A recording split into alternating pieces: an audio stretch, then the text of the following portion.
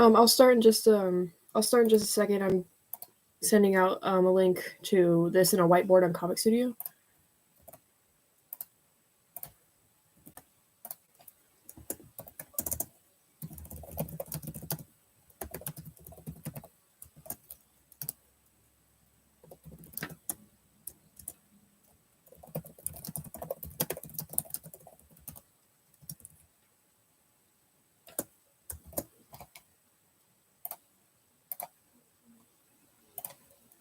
Hey, I'm gonna wait for a few more people to join.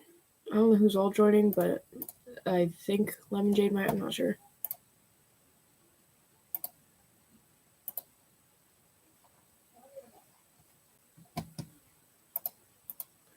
Okay, so before we start, if you didn't see the first two streams over Myrtle, it's pretty. Basically, it follows deductive logico solving a lot of murders. Like, this guy cannot catch a break. And like he hold on. I do have a whiteboard. I have a whiteboard. Let me share it on this so you can join this if you want. Let me just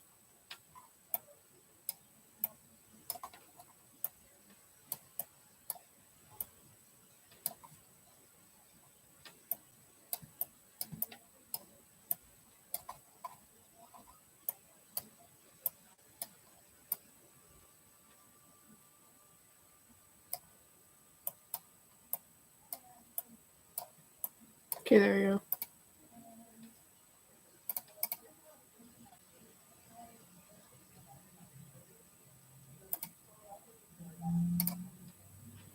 Okay, does anyone know if Lemon Jade's joining? Because if not, that's fine. I just wanted to make sure.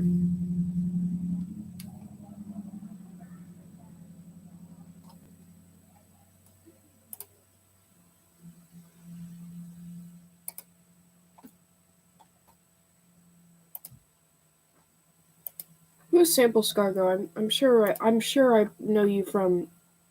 I'm sure I know you from Comic Studio, but I don't recognize your own.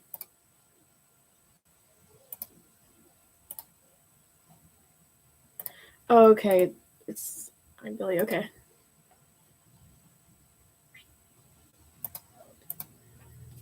Sorry about the no face cam thing. I just look like I got out of the sewers because I just took a shower. My hair's all wet and gross.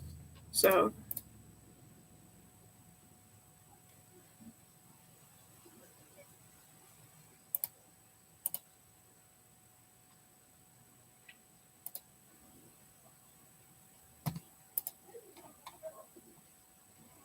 Okay. Okay, cool. You have more people on the whiteboard. I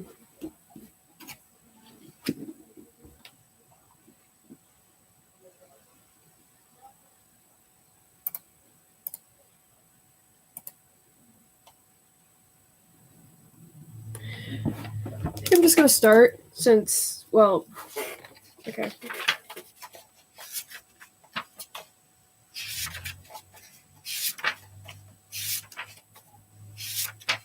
Okay.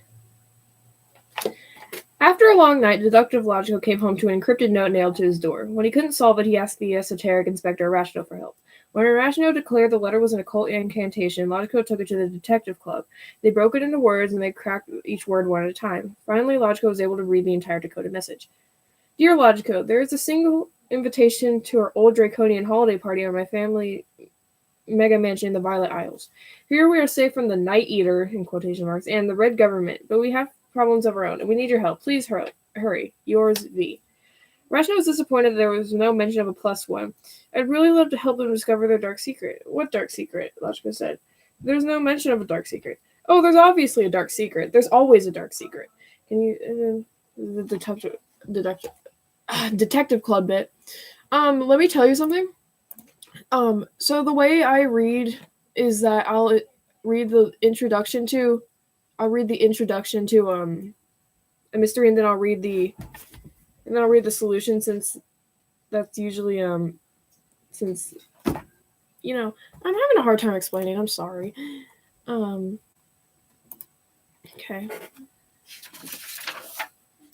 1. The Detective Club killer. Before Logico left for the holiday party, he visited the Detective Club headquarters to tell his friends the good news. Unfortunately, they all had bad news. The president, now the former president, had been killed. Who done it? Let me flip the solutions because, of course, they're in the back of the book.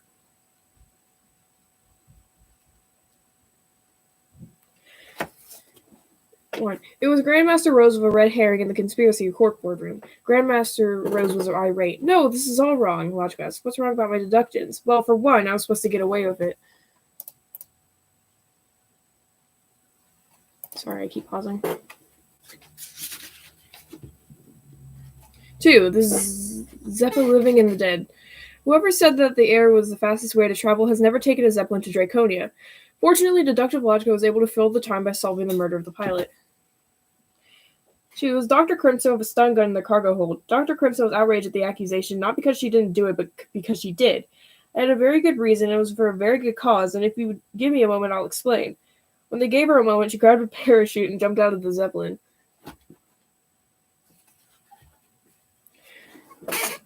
Touchdown to murder. When the Zeppelin landed at the People's City airport, Logico was surprised to find it much cleaner, nicer, and more beautiful than the one in his city. He looked for his chauffeur, but found a dead body. A security guard had been murdered. Do you guys want me to read out the suspects or no? Because if not, that's okay.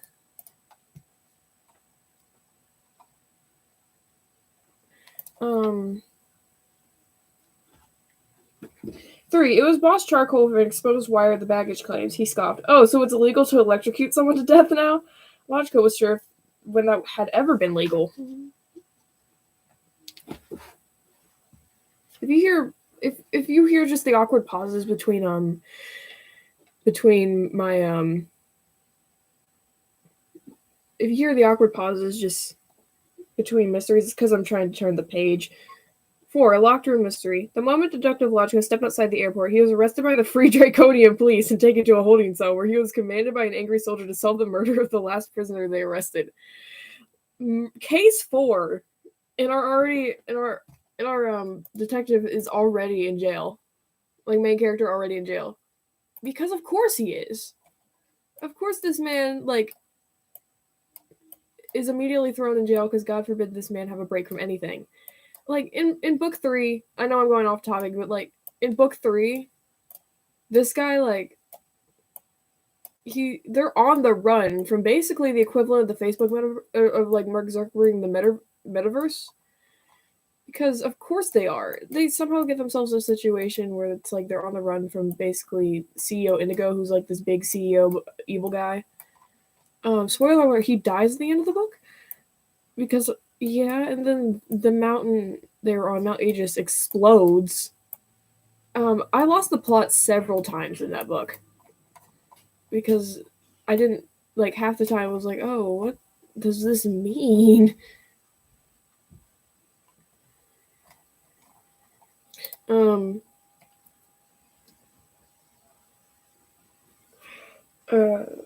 are we?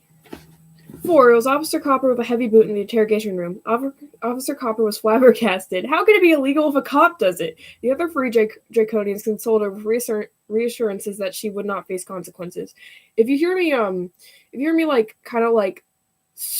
that stuff, it's because I have a hard time reading stuff usually. So my words come out a little bit slurred, maybe. I don't know. I have a mild lisp occasionally. It's mad annoying. 5.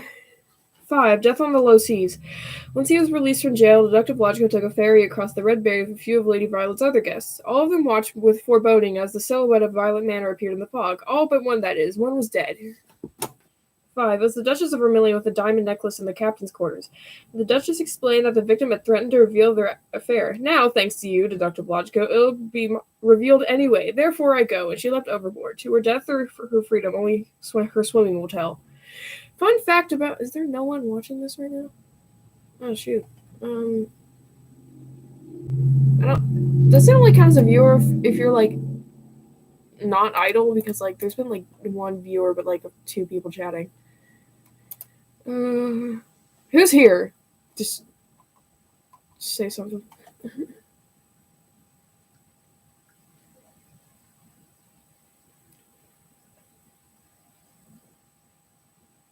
Okay,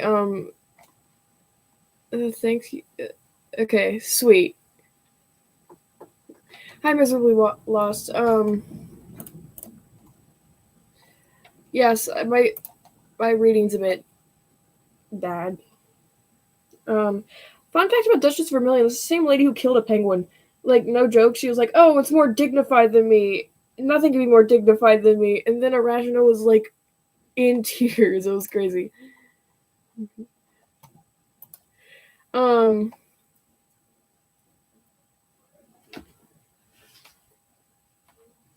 6. The Tiny Island Murder Mystery. Suddenly the fairy ran aground on the tiny island, halfway to the main Violet Isle, and Deductive Logico took charge. This happened to me before, he said, and the most important thing is to make sure nobody is murdered. It was too late, the captain was already dead.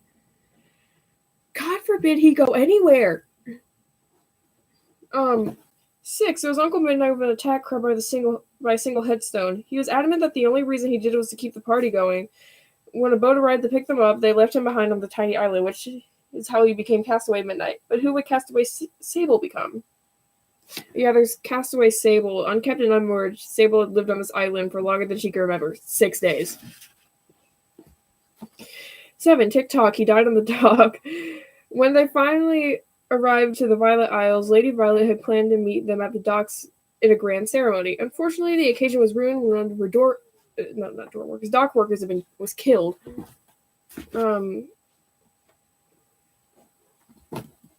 7. It was Admiral Navy with a toxic blowfish on the wooden dock. That's right, he said. I didn't like the look of that rival seaman, so I killed him. And having killed him, I have no reason to stay, and so I depart. As they watched him swim into the sea, Logico turned to Lady Violet. Excuse me, my invitation doesn't by any chance concern a dark secret on the island, does it?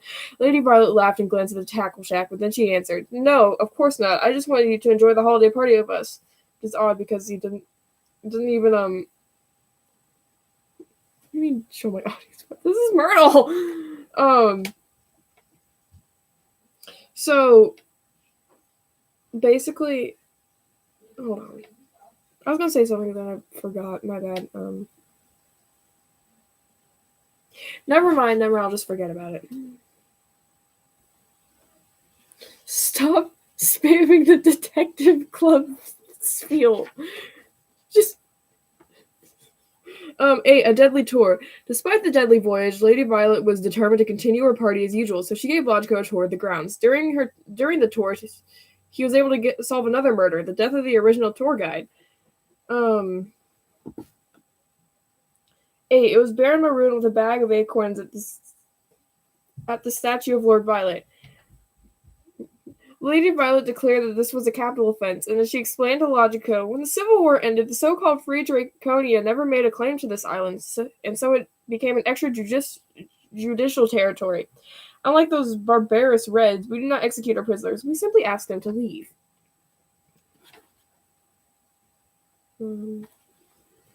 Stupid Butterfingers never know how to flip a page. 9. The end of the tour and a life. Lady Violet continued the tour, substituting the recently arrived President White for Baron Maroon, and, of course, someone else was killed. This time it was the radio operator. Now nobody could radio the mainland. If you hear, random, suspects come up, it's just because they show up. It's fine. I promise. 9. It was Signer Emerald with a flag in the main house. Signer Emerald explained that the radio operator was a Red Draconian spy, and that he had done everyone a favor by killing her. They took a vote, and President White declared him pardoned. Logico explained to Lady Violet this was, statistically speaking, too many murders for one holiday party. But Lady Violet just laughed. You worry too much, dear Logico. 10. Grand entrance, grand exit. Lady Violet stood in the grand entrance and declared that her holiday party had officially begun. First, you will move into your bedrooms, but she was wrong, because first, another of her staff was murdered. This time, it was one of the guards. 10. It was Viscount Eminence with a piece of wood on the enormous stairs. Yes, I did it. He was an agent of the Revolution, and therefore he had to go, just as the Red Revolution must go. But old Draconia shall remain. The aristocracy aristocracy shall remain, and we shall have our rights restored. Keep your faith and hold out, and remember, as Saint Lupin said, God fights for us. And with that, he took it upon himself to leave, and he returned to Castle Eminence, far up in the Madding Mountains, where he continued to do as he had done since the Revolution. Wait. Cool thing about Viscount actually, not him.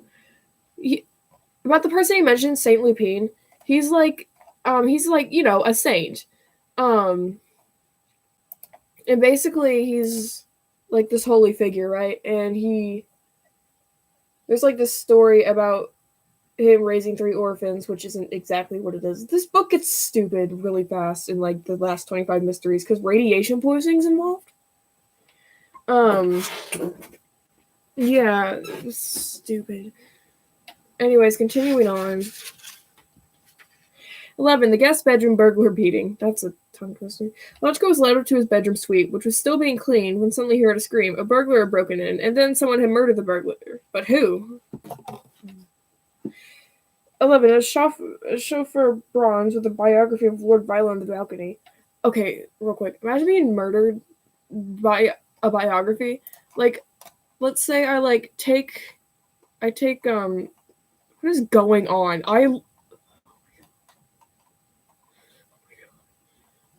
What is this? Imagine being beaten with a biography by let's just say some random celebrity, and it's someone you don't even know that well. You're just beat over the head with this thick biography. You're just like, oh, what the, and then you die. If I had to die because of someone else's story, that's stupid. Continuing on. 12. The murder of the butler. Detective Logico took some time to read the bloodstained biography of Lord Violet. When the Draconian Civil... Did I even read... I did. No, I didn't. My bad. When the guests heard about this heroic act, they arranged a party with Chauffeur Bronze as a guest of honor. To these royals, defending property from burglars was akin to saving an orphan from an alligator pit, and everyone whispered about how much it reminded them of the famous story of the death of Lord Violet's beloved butler, Beryl. 12. The murder of the butler. Deductive Logico took some time to read the bloodstained biography of Lord Violet. When the Draconian Civil War broke out, at first he was an oddity, a noble who supported the Reds. Everything changed when his beloved butler Beryl was murdered. Thing about Lord Violet. Burnt in a fire that killed his parents. He wore a mask from the time he was a boy. This is important later. I'm sorry I talk fast, and it's about my favorite subject. I'm sorry I talk really fast. I'm sorry. Yeah, it's nice. 12. Yeah. 12. It was the bloody assassin with his standard sword on the twin bed. When Lord Violet saw his beloved butler Beryl dead, he wrestled the sword from the bloody assassin and fiercely attacked him, but he missed his target, and the sword broke in two, and the bloody assassin got away. Lord Violet took the body of his dear friend and servant, and he buried him on a small island near his home. He and Lady Violet had a private ceremony, and they shared their grief. Soon, however, this grief turned to rage, fury at the bloody assassin, and the Reds who had sent him, and he vowed to spend the rest of his life as an officer for the Holy Draconian Army. So basically, this whole war started because of some butler, because who kills someone's butler, first of all? That's mentioned in the first book. Someone kills someone's butler, and it's like, oh, who kills someone's butler? And then it's Cerulean. I hate Cerulean. If you're new to the freaking Myrtle thing, I hate Cerulean. I hope he dies. And I'm allowed to say that because he's a fictional character, and he can't hurt me.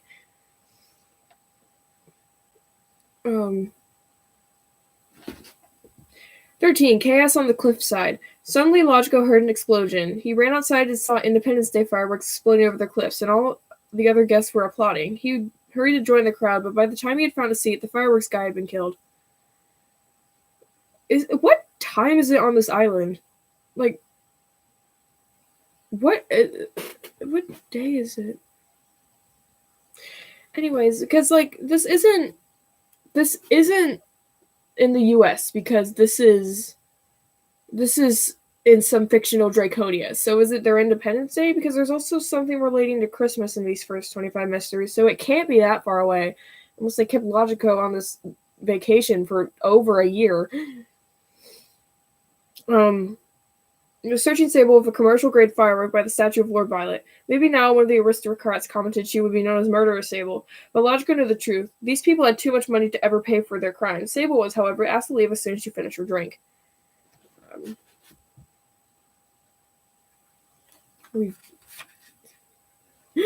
14. The Thanksgiving Dinner Murder. In the Holy Republic of Draconia, Thanksgiving was a sacred holiday which commemorated the crushing of a peasant uprising. Perhaps it was in honor of this great day that someone had killed the cook. Why are we doing Thanksgiving? This isn't in America, and also the next one is like Christmas, I'm pretty sure. Hold on. It is Christmas in the next one. So when does this take place? Unless they kept him here for like months on end.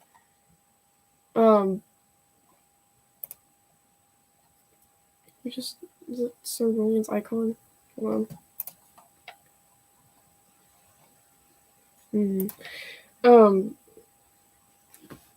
14. It was executive producer Steele for Turkey Leg in the Kitchen. Executive producer Steele is outraged. Oh, you think you can cancel me? I'll never be canceled, she announced. That was it? Oh, that's a short solution. Hold on. 15. Christmas in the Garden Maze. Christmas in Draconia was a celebration to support the restoration of the monarchy. The aristocrats gathered around, exchanged presents, and talked about how great things used to be back then, before the guy playing Santa was murdered. Oh. 15. It was Bishop Azura with a lump of coal in the fountain. Bishop Azura had recognized Santa as another red spy. That's why his suit was red. And so she had done what any self-respecting woman of God would do. Kill him. The aristocrats were fine with that, so the bishop was allowed to stay. Imagine you're at a Christmas party, right? There's like kids running about. It's like, oh, it's such a great time. And then Santa's murdered, and then they're like, oh, it was a spy for like, I don't know the communists. I don't even know. Or more like the Soviets, but like, yeah, Santa's dead.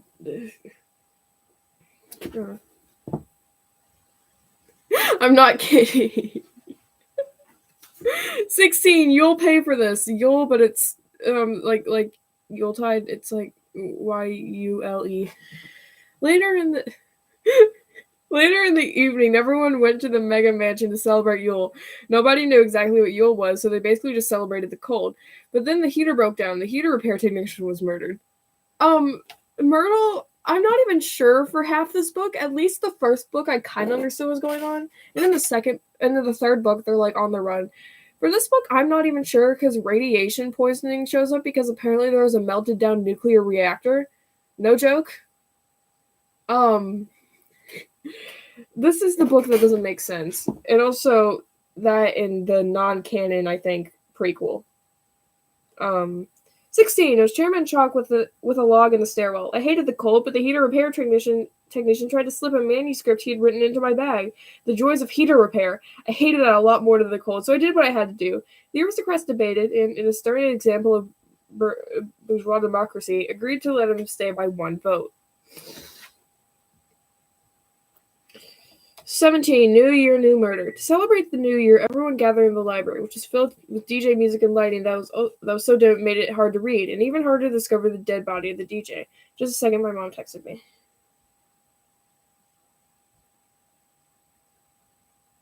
She was telling me about a sensory day on some farm.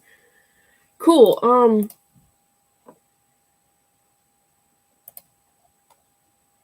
What is going on?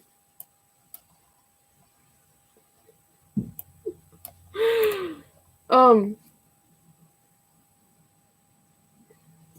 shoot, I lost my place. Give me a second.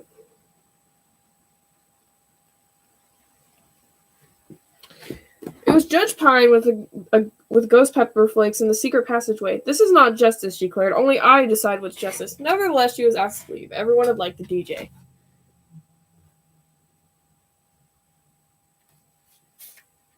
Um, 18. The secret passage. Once Logico discovered there was a secret passage, he had to investigate it. And once he did that, he discovered a dead body. And once he did that, he had to investigate that too.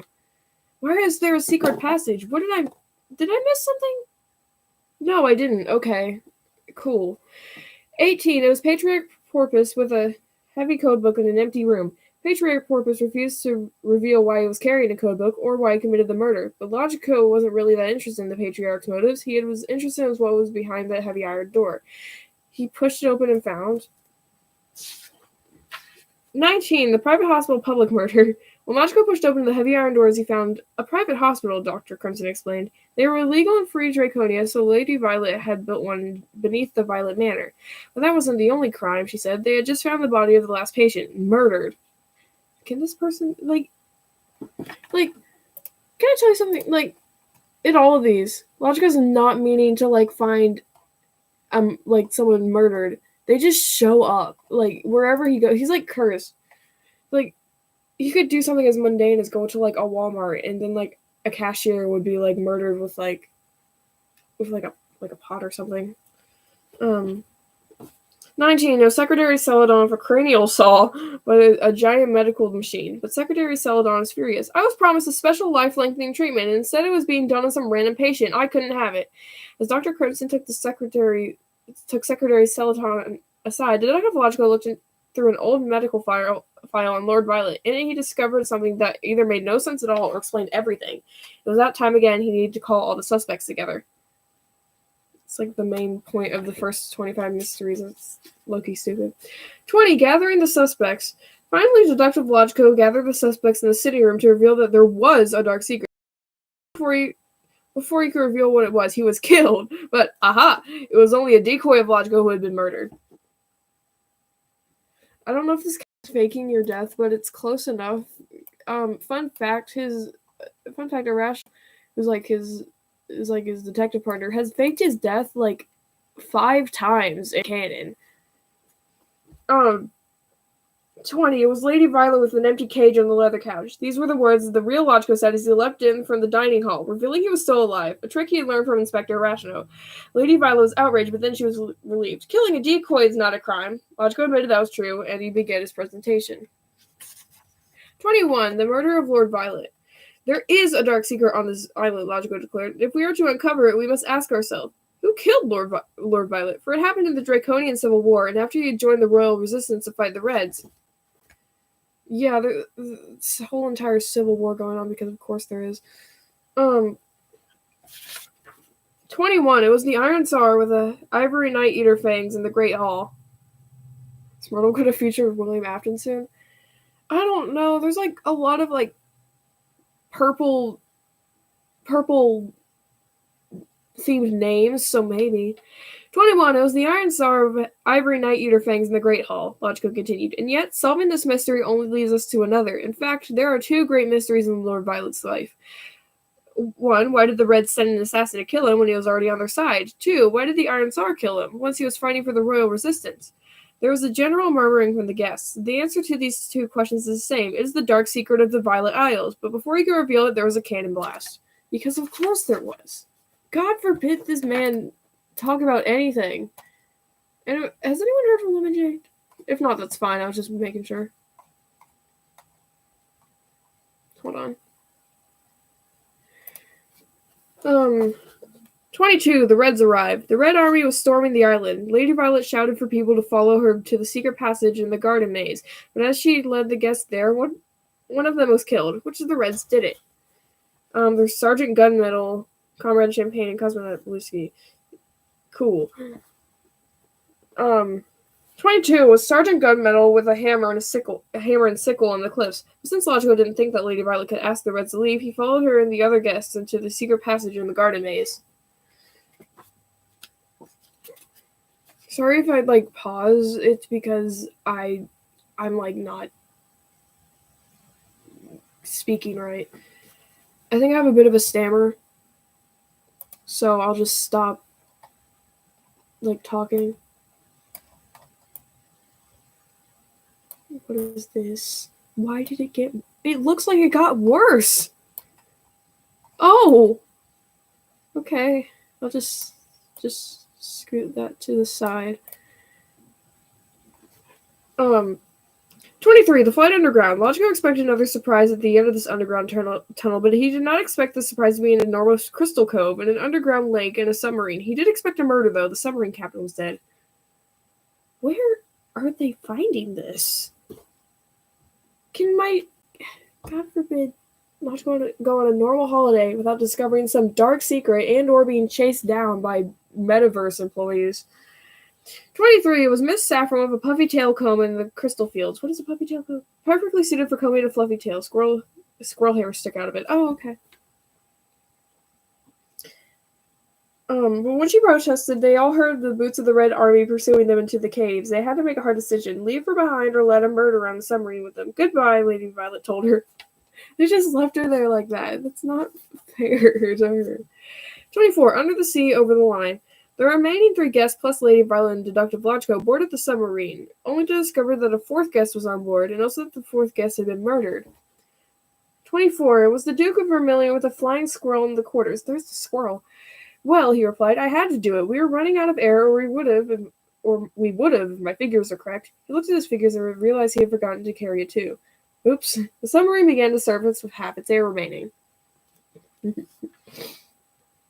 25. The big reveal. When the submarine was surfacing off the coast of France, when did we get to France? Everyone asked Logico to explain the dark secret of Lord Violet, and so he did. The bloody assassin did not kill beloved Butler Barrel. The true story is different from the one you know. Also, it's said again, Lord Violet. Remember, he's worn this mask since he was very young, and then, Barrel, the butler, is a suspect in his own case, where he's the one that's the victim. So, 25. It was the beloved Butler Barrel with a broken sword on the single chair. But what does that mean, they asked. He killed himself? No, he did not kill himself, Logico replied. The 2 questions I posed were these. Why did the Reds want to kill Lord Violet when he was already on their side? And why, when he switched sides and was fighting for the Iron Tsar, did the Iron Tsar finally kill him? The answer to both questions is the same. They didn't. The Reds didn't try to kill Lord Violet, and the Iron Tsar didn't kill him. More specifically, the Reds had no motive to kill Lord Violet. He was supporting their revolution, and as you have seen from the crystals below his mansion, see case 23 to fight underground, his support would mean a whole lot of money. And not even communists turn away money. No, the Reds did not want to kill Lord Violet, but someone else did. Lady Violet! He turned to her. You stood to inherit all this, but if your father gave support to the Reds, then you would lose it either way. Either the Reds would win, the riches would be given to the people, or the Reds would lose, and the Tsar would confiscate them for treason. You had to stop them, but how? You needed a partner, someone who resented your father, someone who deserved better than he was given, someone like the so-called beloved Butler Barrel. Barrel hated Lord Violet for 2 reasons. First, because of his hypocrisy. After all, he was willing to support a workers' revolution, but he treated Barrel so poorly, keeping him in a tiny room, giving him a chair of only 3 legs, see case 12, Murder the Butler. And secondly, because, much like manservant Brownstone, he was devoted not to the person, but to his class, to his standing, and to his family. It was unseemly for Butler to serve as a communist, undignified, and so they collaborated. They killed Lord Violet, switched clothes with his butler, and buried him in the private ceremony on the tiny island. See case 6, Tiny Island Murder Mystery. But then, beloved Butler Barrel, the new Lord Violet, took up his arms in the struggle against the revolution, fighting on the side of the Iron Tsar. Because he wore a mask, and because the war took him far from home, he thought that he could pull off the impersonation. However, the Iron Tsar was not fooled. When he saw the brown eyes of beloved Butler Barrel peering through Lord Violet's mask, he cut him down as an impostor, because he knew Lord Violet's eyes were blue. That is why the portrait shows him with blue eyes. See case 20, Gathering the Suspects. While his biography says he has brown eyes, see case 12, The Murder of the Butler, this discrepancy is what I noticed when I saw his autopsy. See case 19, The Private Hospital Public Murder. Everyone was shocked, and slowly they all turned to Lady Violet, waiting for a denial and a denunciation, but instead she simply sighed. Fine, Lady Violet replied. You got me. I did it. He was going to throw away everything we had for this stupid cause, a pointless revolution. But we would have lost our mansion, our fortune, our isle. But as Logico pointed out, that it happened anyway, and now she didn't have her father either. And that was the dark secret of the Violet Isles. Give me a second, my mom texted me.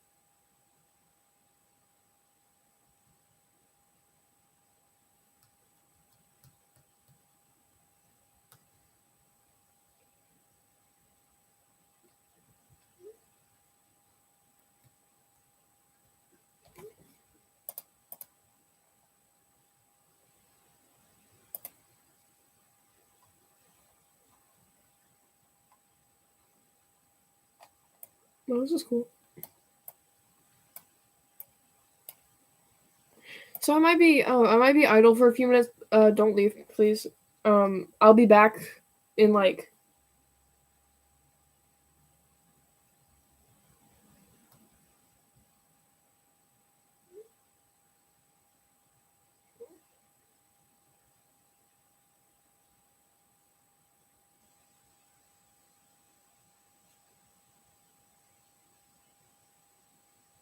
Okay, never mind.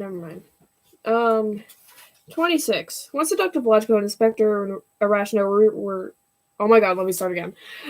Once Dr. Blotchko and Inspector Arachno were reunited, Arachno convinced him to stop worrying about politics and to enjoy a short respite from the troubles of the world. Let's travel around the world with solving mysteries, Arachno said. I have recently been introduced to some interesting numerological ideas, which I would like to put into practice. These ideas are collected in Arachno's numerological primer, Exhibit B, seen on the left. It's just a bunch of decoding stuff. Logico did not believe in numerology and numerology,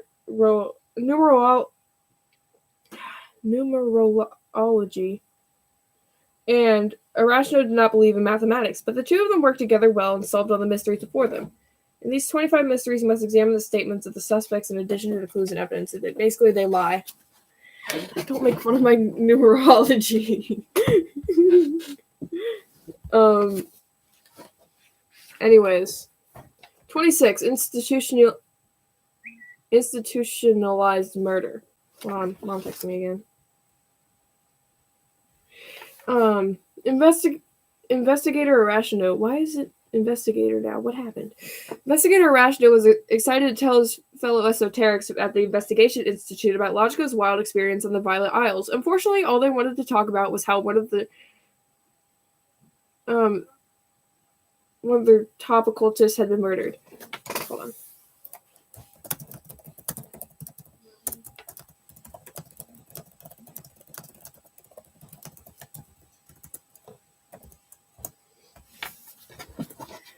Um,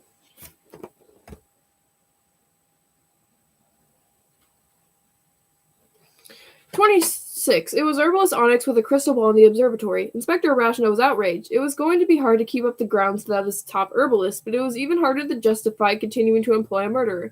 Why didn't I just stick to my plants? She lamented.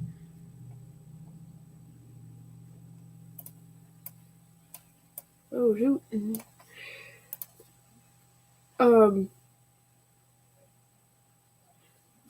I can move this off. I'll just... There we go, now I can see the whole thing.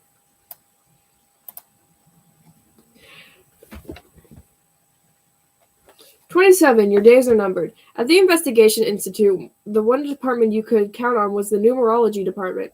Unfortunately, their new director had been killed, right as he was on the verge of discovering a new number. Who had killed him? 27. It was Supreme Master Cobalt with a cute angel in the apple orchard. There's like a cute angel ornament. This is outrageous, he replied. Nobody should be able to invent new numbers except me, and I shouldn't be held accountable for stopping the count. Fortunately, my great mystic faculties will make me impossible to catch. Then he ran away really quickly. I'm pretty sure the same guy same guy here. He was convicted, he was accused of murder, and he's like, oops, I guess he found me out. And then he just walked away into the desert because they were in the desert for some reason. Not even towards the town that was there. Just walked off. Oh yeah, I should make this the thumbnail for this. Yeah. 28. Banking on murder.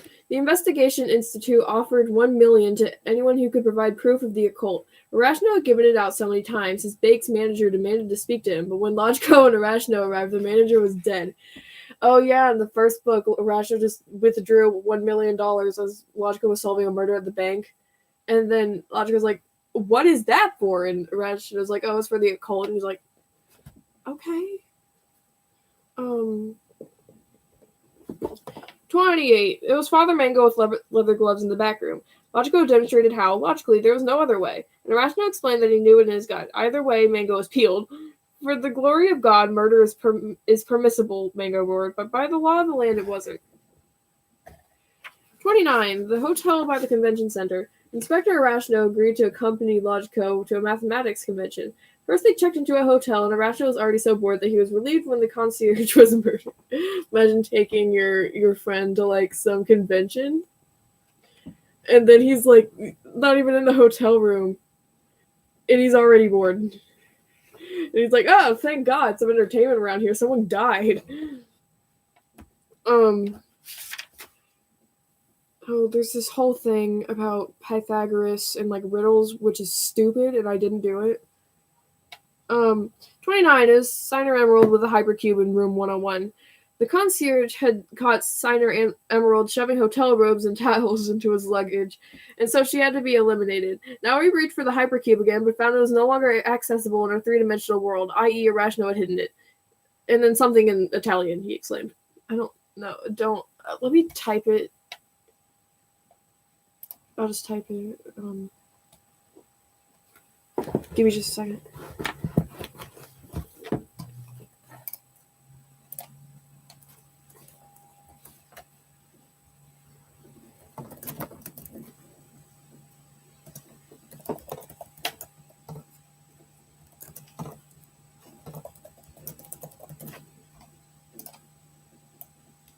Should I put that in Google Translate? What if it actually means like something really bad? I'm sure it doesn't, but it would be funny if it did. Hold on.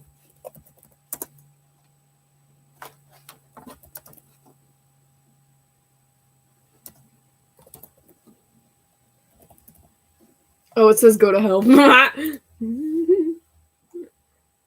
just gonna erase that. It's... I translated it and said go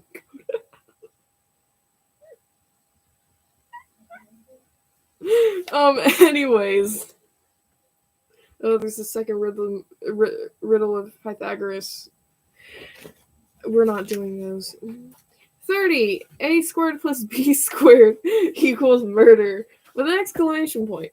Deductive Logico and Inspector Irrational headed over to the mathematics convention. Logico was delighted to learn about the new mathematical developments, but Irrational was disappointed that there didn't seem to be much on the esoteric significance of them. Their differences were resolved when a presenter was murdered. 30. It was Principal Applegreen with a 3D printer in the Great Hall. Quickly, Principal Applegreen tried to paint a knife, but the convention attendee stepped in. This is print. This whole convention gets an F+ for me. He's a teacher, by the way, if you couldn't tell by how many things he just says. Oh, oopsies. There you go. He's a teacher, by the way. Well, not a teacher, it's an actual principal. I don't know why I said teacher. Is this getting worse progressively, or am I just like... Clover. My guy. Anyways.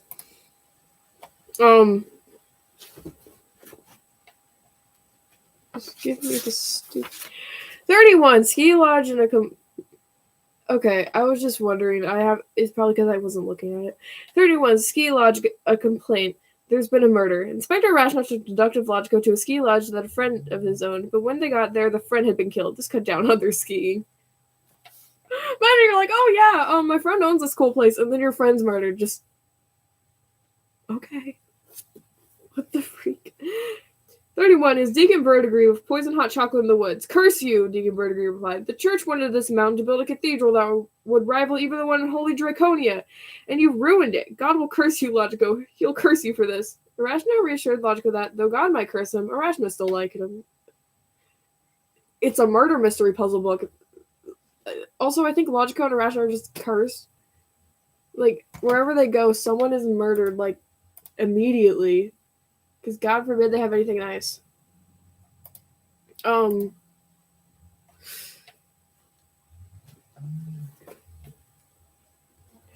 32. Country clubbed to death.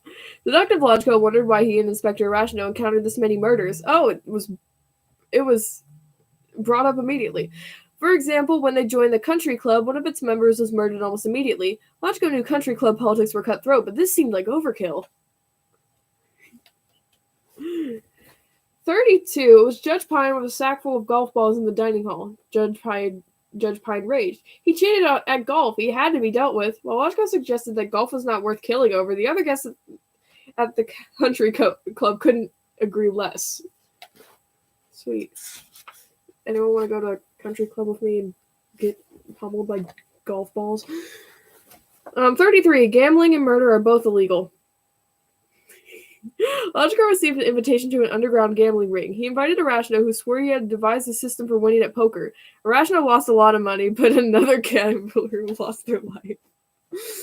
Oh, fun fact. So I think it was like mom and dad's baby moon, right? Like before having me, and they went to a casino, and then dad gambled all of their money away. Well, not like all of it, but like a lot of it. So they didn't have enough money to buy breakfast at the hotel, and I'm sure mom wanted to like hit my dad because like you go to. It's like we were not the best financially at this point. You go to a casino and you're like, oh yeah, I'm gonna do good with my money, and then you all of it. Anyways, oh yeah, one of the suspects in this, Babyface Blue. This is absolutely one fully grown man and not two kids in a trench coat. They can do adult things like see R-rated movies, buy beer, and stay out way past bedtime. 7-8. 33 was Babyface Blue with a shoe knife at the poker table. Not only was he guilty of murder, but Logico also suggested that Babyface Blue was possibly too young to be allowed to gamble. I want my mom, Babyface Blue cried out. 34. Statistically speaking, you're probably dead. Deductive Logico is concerned the number of murders he was solving was improbable, so he visited his alma mater, the deduction college, and discovered the stats professor had been killed. What are the odds? 34. It was sociologist Umber with the calculator in the coin flipping room. Sociologist Umber explained how actually she was not guilty, bolstering her argument with citations from Adorno and Weber until finally she felt like she had made her point. If you disagree, she said, then I think you need to do more of the readings. 35. A surprise for a psychic. Inspector Rashnov told Deductive Logico that he had agreed to give the psychic research lab one more shot to prove themselves legitimate, but the fact that another so-called psychic had been killed really undermined their case.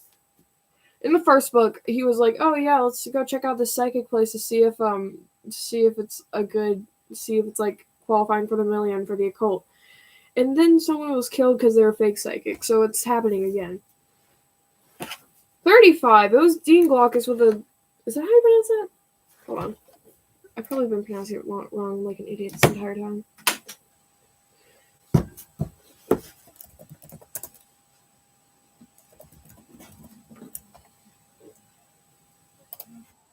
Okay, I've been pronouncing it right. I'm not an idiot. Sweet. Dean Glaucus replied, "It was so isolating in there. I couldn't handle it, so I killed the first person I saw. And I'll do it again." But when he reached for his crystal ball, he saw that Arachno was holding it. Unarmed and exposed, he surrendered. Dean Glaucus in the isolation chamber. What did you... It was so isolating in there. Probably because it's an isolation chamber, you idiot. 36. Midnight Movie sequel. Two representatives from Draconian Royal Resistance were lobbying Midnight Movies to make an epic film against the Red Revolution, but negotiations just stalled when their chosen director was murdered. Once again, Logico was called to Hollywood to crack the case. 36. It was President Midnight with a boom mic on Soundstage A. President Mike puffed and puffed. He was the wrong director for the film. He would have ruined it, so I had to kill him to get someone better. We need someone with a name, like Director Dusty, not someone who's going to make an art film about poor aristocrats. 37. Non-GMO, non-living. To truly test his mathematical acumen, or however you pronounce it, Logico visited an organic grocery store where the prices contained numbers he had never seen before. Arachno was convinced they were in some kind of alternate dimension, but Logico was convinced it was a murder scene. The butcher had been butchered. Oh. It was High Alchemist Raven with a fork in the produce section. She stammered a reply. I couldn't believe the prices. I had to do something. Wait, she's a woman? Whole time I thought she was a man. Oopsies. Now every grocery store will know if they change too much, they might get murdered. Their employees might get murdered, Logico corrected. Still, the cost of retraining them should provide a disincentive. Okay, case 38, dream of murder. Let me tell you something about this case. There are redacted bars over some of this. Presumably censoring something. Okay, let me tell a story. I first read this at camp in my I was doing this mystery specifically in my technical theater class. I was like, oh, I'm sure that nothing is I'm sure nothing's like wrong with it. Because like, you know, I've been doing pretty well. Oh, I've been doing pretty well, I'm sure, and it's been relatively tame so far, so I thought this would be the same. Let me read you the description of just a few of like just two of these, because it's genuinely, it took me so off guard. Exhausted from all the murders, the Dr. Vlachko fell asleep on Arachno's couch, and even in his dream, he had to crack a case. Everyone knows that if you don't solve a dream murder before you wake up, the dream killer gets away. Let me read this. Inspector Arachno. Logico had a lot of dreams about Arachno, mostly involving, and then there's a redacted bar. It was proven in the first book that he has it's proven in the first book that he canonically has feelings for Arachno. So seeing a censor bar over this while saying Logico had a lot of dreams about Arachno is a bit concerning. Like, okay, you freak. And then there's Ghost Pepper Flakes. Incredibly hot spice. They represent the fiery passion Logico has for Redacted. You can't just put redacted bars over, like, a dream and expect us not to, like... Oh my god.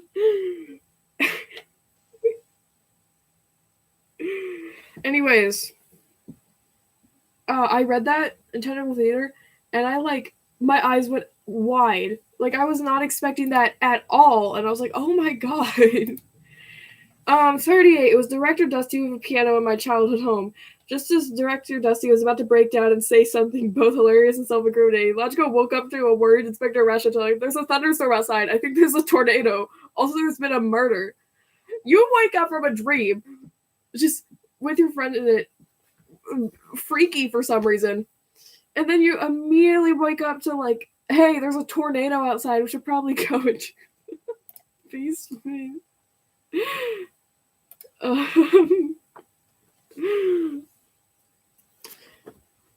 Anyways, the whiplash from those is crazy. 39. Thunder follows lightning. Logico follows leads. Deductive Logico and Inspector Arachno probably should have found a safe place inside to take shelter. Unfortunately, murder called. Someone had taken this valuable opportunity to kill a meteorologist. Imagine this is like Midwest activities. I should know that because I'm in Kentucky, which is not Midwest, but I'm close enough. Dude, there's like stupid weather tomorrow. Let me show you. Because of course there is, because I can't enjoy a quiet weekend with no threat of tornado. Ah, look at that giant enhanced risk over mostly Kentucky. God help me. Let me share this real quick. Do you see this? This is stupid. I'm like right over here in the middle of this, smack dab in the middle, and then it's just, look at this. Hash risk for tornadoes. Given, basically probability things, since I've had two tornadoes in the past 4 years impact my town. Technically speaking, this shouldn't happen, but God knows what's happened with Oklahoma. Because I've lived through an EF4 tornado, and let me tell you something, the most nerve-wracking, numbing thing to see as you see your entire town, like most of your town destroyed. Would not recommend. It sucks very bad.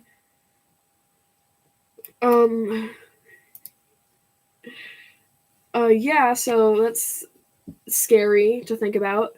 And of course, I don't think most of the rain starts until like 10 at night, because God forbid there is any daytime storm in the Midwest. God, I hate Dixie Alley.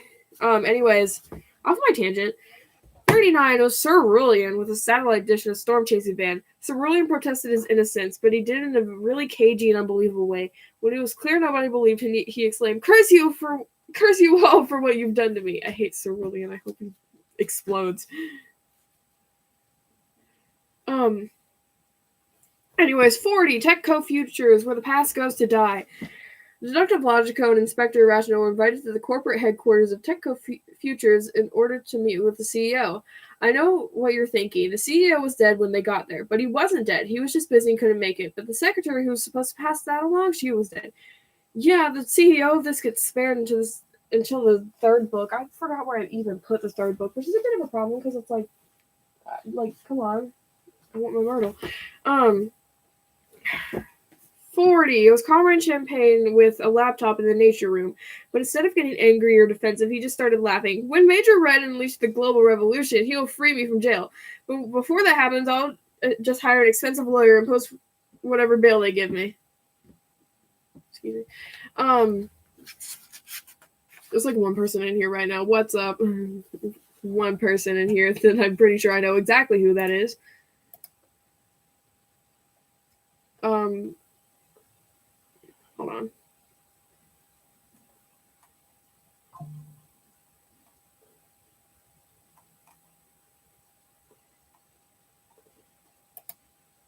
Get back to this. 41. Death the Carnivores. Inspector Ratchet took Logico to an animal rescue run by one of his friends. His friend was fine, but a carnivorous guessed that the animal rescue wasn't. In fact, he was dead, and only Logico could solve the case. I assume it was like an animal. 41. It was cryptozoologist Cloud with a head of cabbage in the llama bed. How can it be murder if I did it to save a life? Cryptozoologist Cloud said. Why is the life of a person I killed worth any more than the thousands of animals they killed in their lifetime? I did nothing wrong. Logico countered that Logico countered that it would more effectively promote a vegetarian lifestyle to not associate it with the murder. Well, I didn't expect to get caught. God, people in this have such weak arguments. It's like, oh, what do you have to say for yourself? I didn't think I was gonna get caught. It's like, you just murdered someone. Oh my god. Cryptocurrency. Inspector Irrational took Logico to the Bahamas, where he was excited to enjoy a relaxing beach vacation, but Irrational said first he needed to check on his investments in a cryptocurrency. Things weren't looking good when they discovered the CEO was DED. Dead. 42. It was mathematician Marble with a bunch of magic mushrooms in the server room. Yeah, I poisoned him, but because he was using math for evil, she screamed as she was led away by the detective club. After the drama had died down, Irrational checked the price of his crypto, and then he grew despondent. The CEO being murdered for being evil had done a number on his portfolio. Don't worry, Logico said. I hacked into your phone and sold all your crypto months ago. Talk. Oh, my connection got lost with the page. Oopsies. How's the page going? Oh.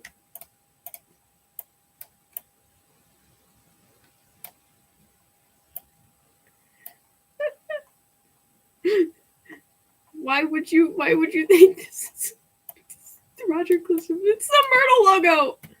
I literally have it as my badge. It's just that, but in like a BFDI form. Anyways. 43, murder on the board. Finally, Logic convinced Irrational to come with him to a chess tournament. He tried to make it interesting to Irrational by explaining the esoteric significance of the pieces and moves, but Irrational wasn't truly invested until one of the referees was murdered. 43. It was General Coffee with a chess book on the top board. General Coffee downed his espresso and admitted, I knew I could never win unless I killed. But now you're disqualified, Logico said. You can't win even though you did kill. Oh, it's the freaking riddles for Pythagoras. I'm not doing those. You cannot convince me. 44. Ambassador's Mansion Mystery. The convocation of countries still did not recognize Free Draconia, so their only acknowledged ambassador was the representative from the deposed Holy Draconian government. Except he probably wouldn't be recognized anymore on account of being dead. Logico investigated his mansion to discover who had killed him. 44 was Cosmonaut Bluesky with the chessboard at the side entrance. Now the convocation of countries will be forced to recognize Free Draconia. All glory to the Reds, freedom to all oppressed people everywhere. I can't be reading all this. Rational replied that some of the most oppressed people in the world are the murdered, but Bluesky retorted that he did not care about the Saint Lupinian babble about the sanctity of human life.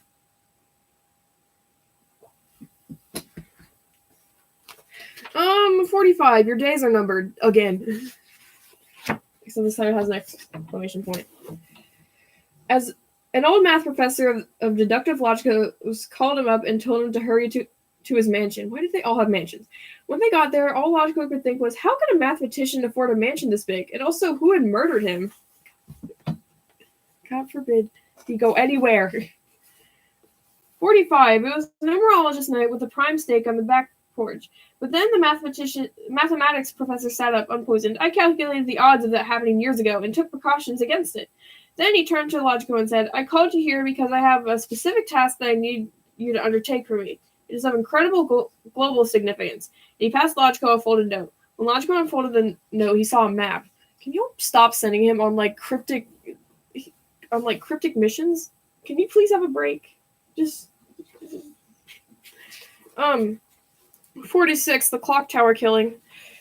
The mathematician's map led all around the world, and Logico followed it until he arrived at the massive ruined city. In the middle of it was a clock tower, and in the middle of that was a dead body and 3 suspicious interlopers. Oh, shoot.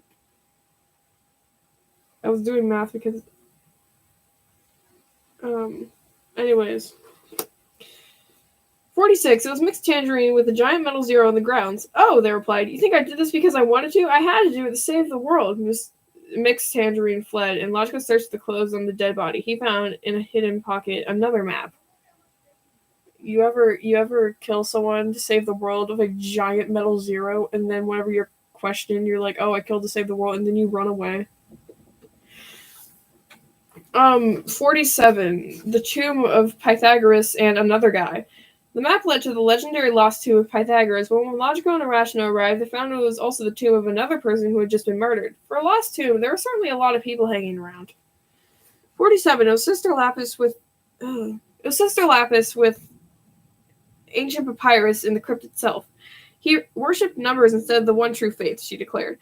Everybody thinks they have one true faith, Irrational said, when in reality, Logico finished the sentence, no faiths are true, while Irrational continued, all faiths are true. In a way, they mean the same thing. Suddenly, they heard a creaking sound, and then a crash. I'm pretty sure this confirmed. Is Logico being an atheist canon based on that? I don't know. Oh, let me check my... Okay, nothing cool happening on Comic Studio. Okay. 48. The secret chamber secret. Pythagoras' grave opened mechanically, revealing a dark stone tunnel. Logico and Irrational crept down the tunnel until it opened into a large, bizarre chamber. It seemed like some kind of puzzle, but taking away from the elegance of the puzzle was a recently deceased corpse, as well as the 3 suspects still inside. What is going on? Who is doing this? Going to these places, just being like, oh yeah, murder. Hold on just a second. It says there's only one person here. I'm gonna repost something. You guys are joining, pretty please.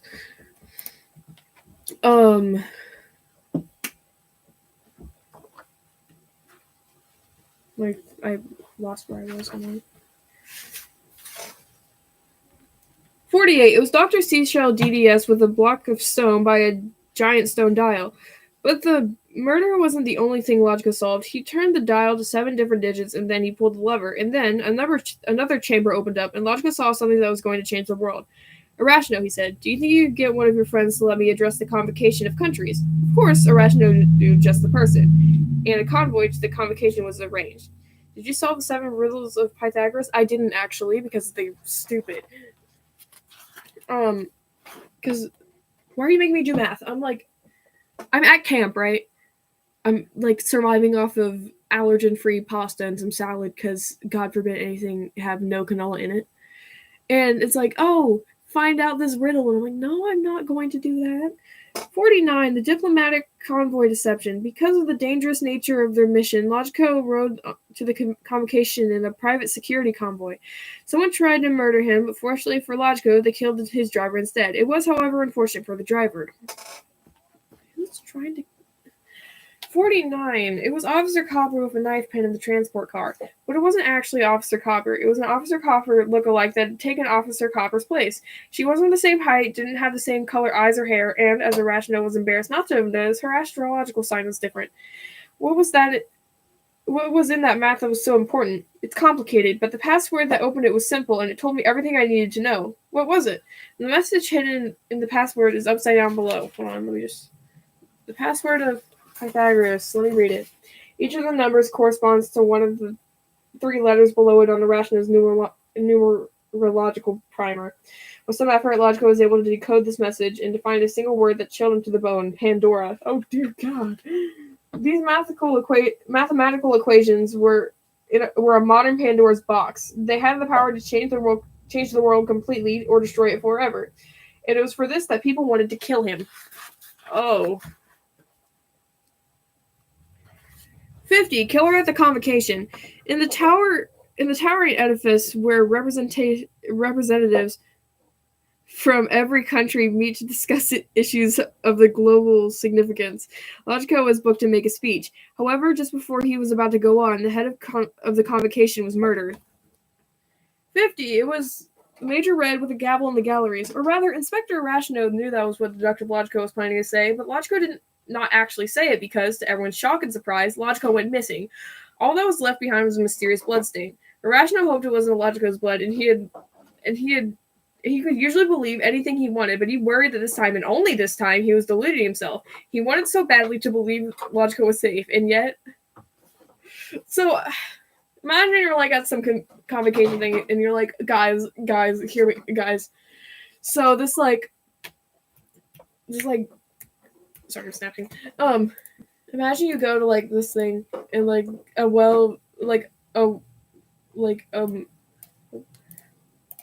famous detective. You're like, oh yeah, so guys, about that Pythagoras thing, you're not gonna believe this. And then he's like kidnapped, and all that's left of him is just a stain of blood on the ground. And you're just, and your friend's like, oh, that's not good. I hope he's safe. And then he's doubting himself, even though he's basically psychic. Anyways, hard-boiled. Inspector Irrational was alone. Logico had vanished at the convocation of countries before he could reveal what had happened, what he had figured out in the tomb of Pythagoras, and now Irrational had no one to confide in. There was only one thing he needed to do: find Deductive Logico. He had to save him from whatever fate had befallen him, and he had to do it using his greatest weakness, logic. And so he studied Deductive Logico's textbooks from Deduction College, and he taught himself the latest in forensic science, including the art of DNA matching. He collected samples of DNA, though through means both honest and less so. And he had Dr. Crimson test them all in her lab, which produced a table of DNA nucleotide sequence samples. By using his scientific knowledge along with his gut instincts, Inspector Irrational believed he could discover what happened to Deductive Logico and solve any other mystery that appeared along the way, no matter how difficult. He collected samples of DNA through means both honest and less so. I don't like that. I don't really like that, what that implies. Whatever. Anyways. 51. Experiment and murder. Inspector Irrational first went to the people who would know where Logico was if nobody else did, his friends at the Psychic Research Laboratory. He interrupted and tested their psychic abilities, but that experiment had already ended when this chief experimenter was murdered. 51. It was the Crystal Goddess with the pseudo-scientific apparatus in the roof, and she was being tested for telekinesis. She disagreed with all of that, except the part about her having telekinesis, and she tried to prove it by killing Irrational with her mind. He left unharmed yet disappointed. It was clear that she knew nothing about Logico's disappearance, or how to kill people with her mind.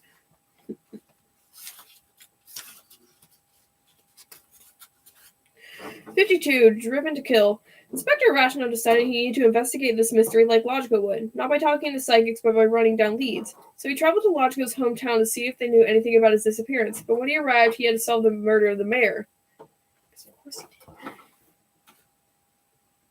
52. A superfan Smokey with a bottle of wine and a used car lot, and he drove a 12-passenger van. Good God. You do not have that many friends. Oh, wow, this is just like a midnight mystery, replied superfan Smokey. But it was not like a midnight mystery, because in a midnight mystery, he would have given Irrational a valuable clue about Logico's disappearance. Instead, he just asked Irrational to sign his autograph book.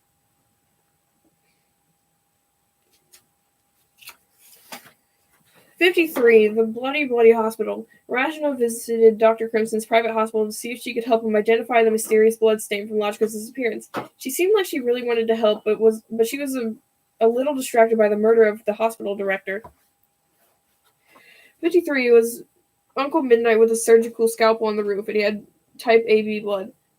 Uncle Midnight was outraged. The hospital director refused to allow him to leave and attend his birthday party, just because he had a contagious disease. So he did the only thing he could, murder. But now that everyone knows you're guilty of murder and that you have a contagious disease, will they still want to come to your birthday party? Yes. You're like, oh, you just killed someone, and also you have the flu or something. You think people would still want to come to that party? And he's like, yeah. It's hot shot over here. 54. Investigate the Institute. Inspector Rachno returned to the Investigation Institute and put the entire staff on Logico's disappearance. Well, not the entire staff. One of them had been murdered. But Sir William, I don't remember. It's probably not. 54. A Supreme Master Cobalt with a poison mushroom. Darn it, Cookie Run. With a poison muffin in the observatory, and he studied the marrow. Supreme Master Cobalt huffed and puffed. You all think you know about the metaphysical underpinnings of society, but you don't know anything. Only people who join my group can see the truth. Rachno could hear the capitalization in his voice, and he did not trust it. Nor did he trust that this megalomaniac had any idea what happened to Logico. This guy's talking about it so passionately that you can hear the capitalization in his voice. Anyways.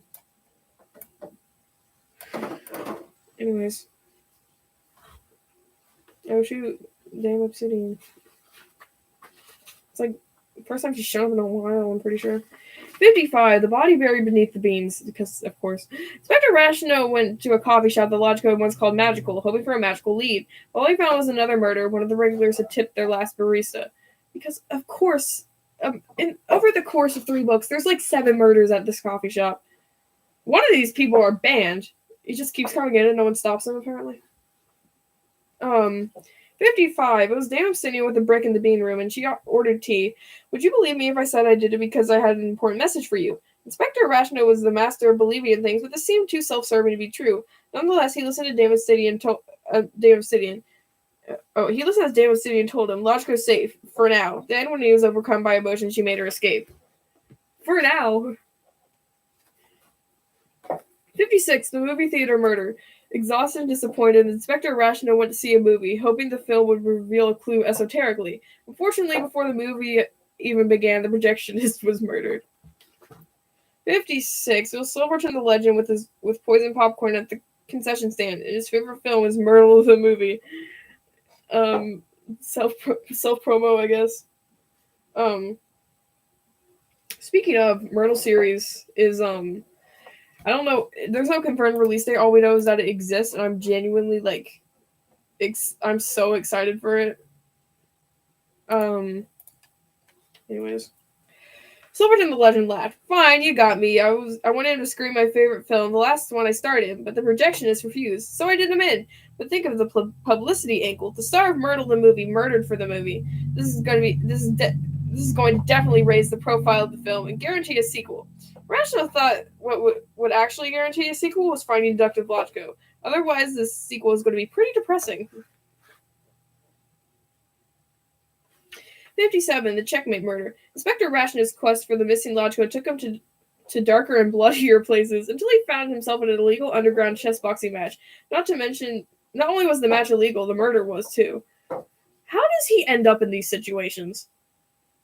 Illegal chess boxing match. What could that possibly mean?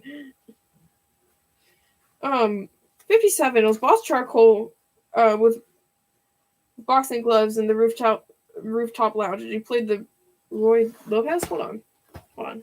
Searching up another thing because I have not a clue what this could be.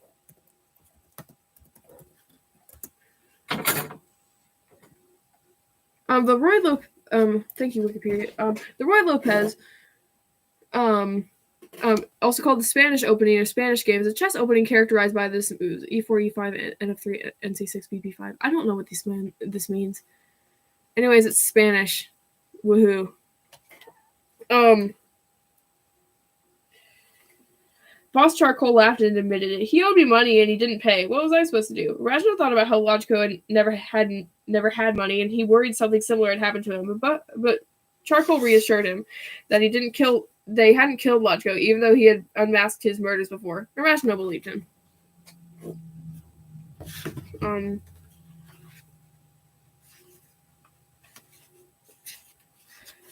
58. The Detective Clubhouse Killing. Irrational had a great idea. Recruit the detectives of the detective club to solve the mystery of Logica's disappearance. But when he got there, they were already trying to solve another mystery, the murder of their treasurer. God forbid any of these idiots go anywhere.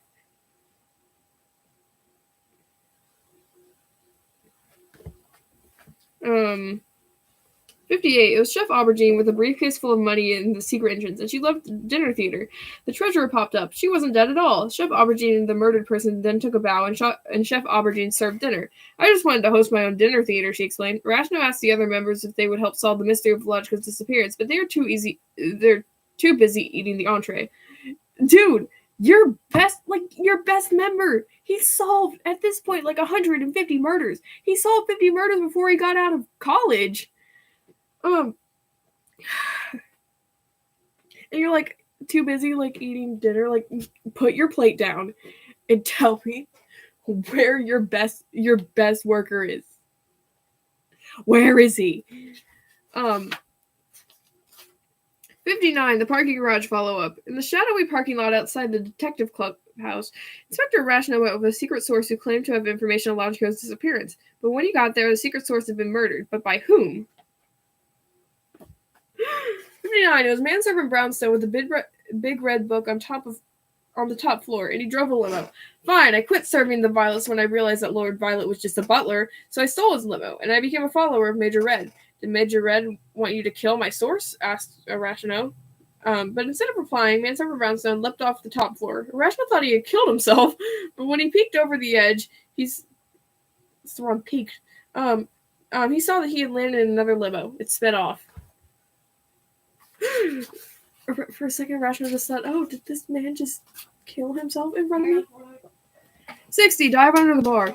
Inspector Rashno knew by the principles of esotericism that everything was connected, and nowhere was that more clear than the town bar, where you could find people debating the fine points of the latest political developments, like what to do about the Red Revolution, and occasionally murdering each other, probably because of the political debate.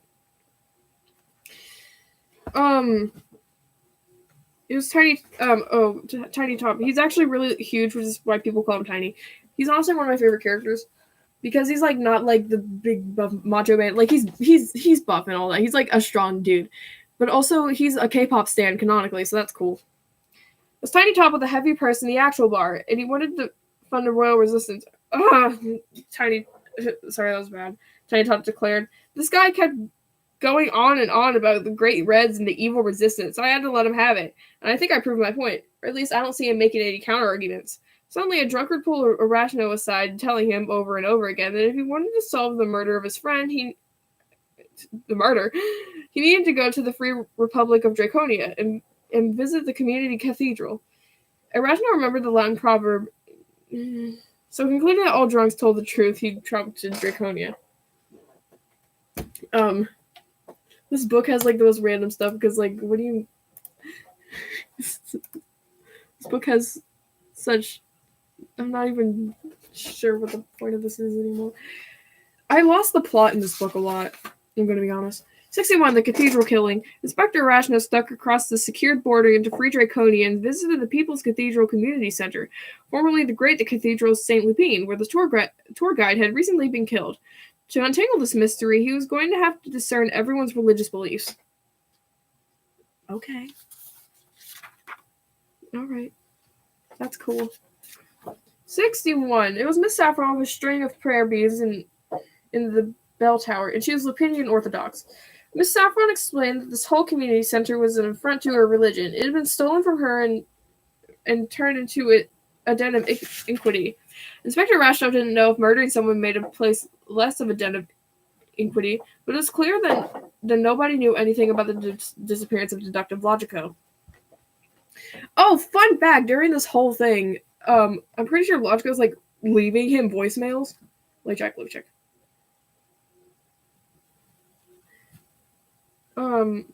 Yeah, he is. Hey, Inspector, Logico said in yet another voicemail. I just saw on the news that you were in Draconia last week. Are you serious? I mean, I'm not mad. I just really wish you would check your phone. You know, this reminds me of, that great day that editor always, oh, this is for, he's like, I just saw that you were in, like, I assume that he doesn't have do not disturb, but, like, Logico sent him like dozens of voicemails. He's like, "Hey man, I just saw you were in Draconia. I'm in jail. Come get me."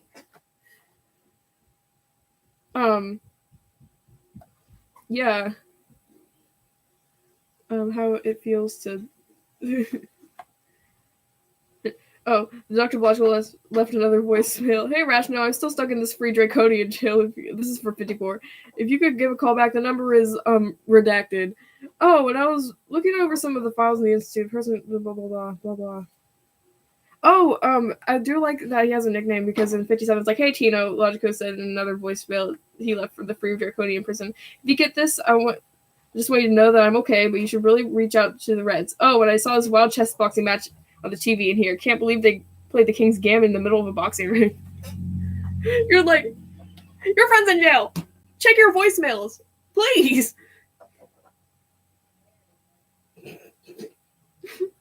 Um, 62, the dog spa murder spree. This is hard to say. Inspector Rational got a call from a high-end dog spa. They needed him to solve the attempted murder of a dog. Some detectives might have thought that this was beneath them, but Rational thought it was a great honor. And for just a day, he put the hunt for Logico on hold. He's in jail! Oh my god! It was Grayscale CPA of Felicia in the kennel room, and he loved his poodle. Grayscale CPA tried to make a deal with Rational. If he let him off with a warning, he'd tell Rational where he could find a lead about Logico's disappearance, and Rational agreed. But after Grayscale gave him a map, he immediately turned him into the detective club. But we had a deal, said Grayscale CPA. I don't negotiate with wannabe dog murderers, Rational replied. 64, the slaughterhouse slaughter. Oh, this is where Irrational commits arson. Animal lover Irrational had never seen a more horrifying sight than this slaughterhouse. It would haunt his nightmares for the rest of his life. So it was hard to even notice the dead human body, much less focusing on solving the mystery. 64, the aristocrat stable of a chicken bone in the cages, and she was 100% cannibal. I can't help it, she declared. I developed a taste for human flesh when I was stranded on that island. Rational replied, you were on that island for 6 days. It was so boring, and is a commoner any different than an animal? Rational felt she was right about that. We are all animals, so he freed every single animal in the slaughterhouse, and then he burnt the whole building down. Sure, it was a crime, but there were only 2 people in the world who could solve it. What if it was, one was him and the other was missing? Me when I commit arson? Me when I commit arson on a slaughterhouse because they killed an animal. Oh, one of the weapons is just a bucket of redacted. You don't want to know what's in this bucket. If you learned, it might kill you. Oh.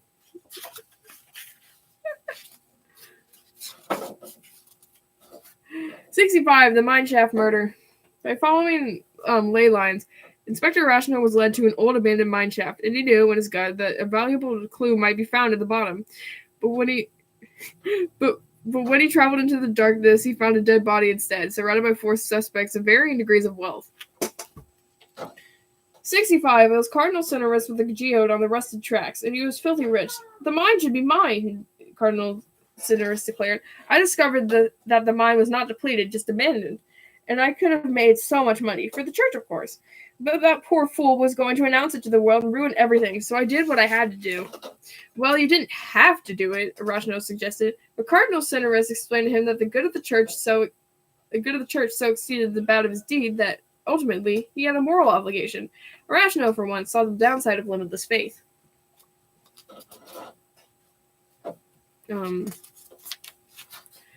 66, the village book club murder.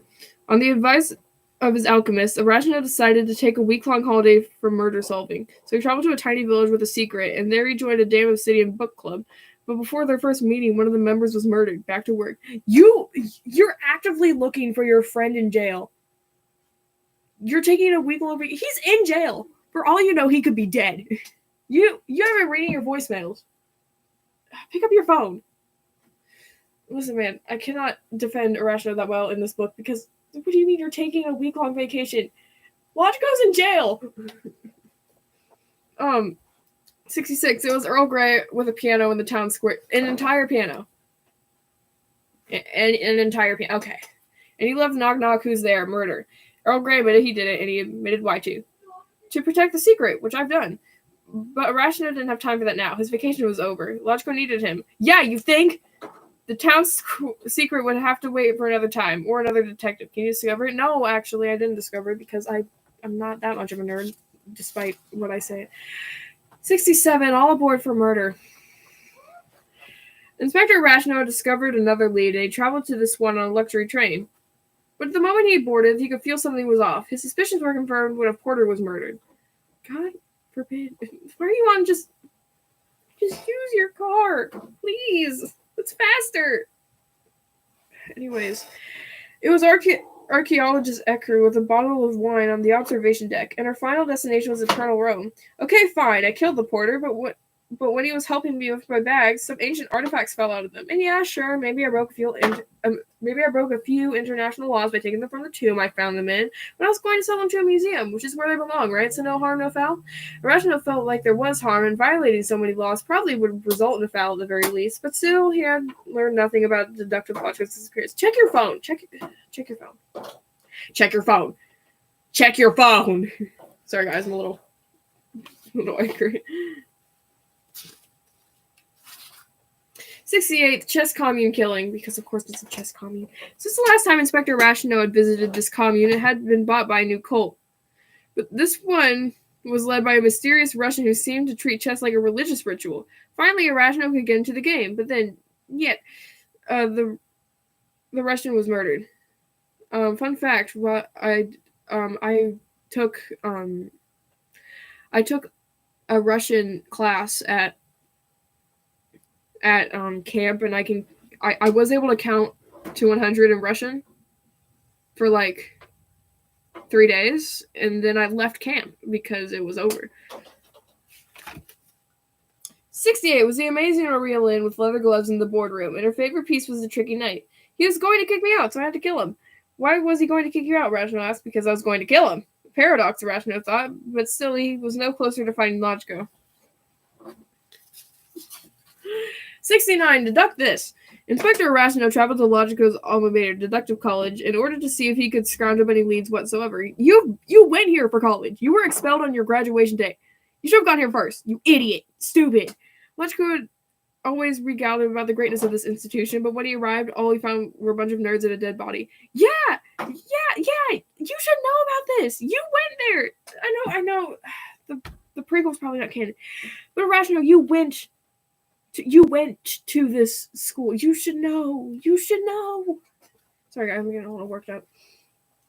69, it was Coach Raspberry with a laptop and old maid, and his favorite subject was rhetoric. Well, dang, you got me, he spat. But if you allowed me to elaborate on a few of my theses, I would be able to turn you to my side.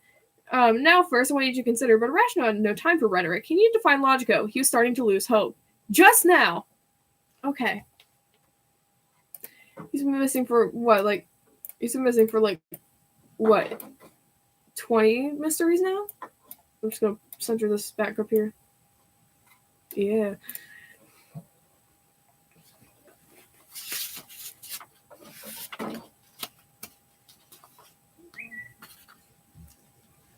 Hold on, my mom texted me. Hold on, my mom texted me again.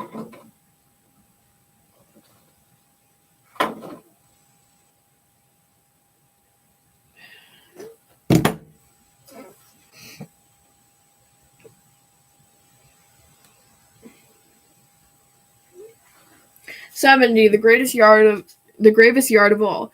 Inspector Rashno followed the latest lead, a marrow card he drew, to a graveyard where he found an unmarked grave. Terrified it belonged to Logico, he dug up the body and found a fresh corpse, not Logico's. Someone had hidden the body of their victim, but who?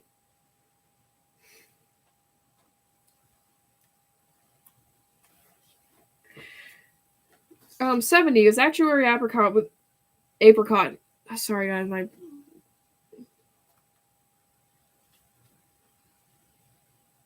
God forbid my mom make my brother take the dog out because I'm in the middle of a stream. And she's like, oh, but he just started around on Fortnite. I'm like, no one cares that he starts around on Fortnite. Make him do something that he's supposed to do. It was actually apricot with a pouch of magic powders in the columbarium, and he wanted his body donated to science. Rashno knew it was him because he had caught him red-handed. The magic powders had left a stain. Also, all the information pointed toward him, and his horoscope said he was a murderer, and also he confessed.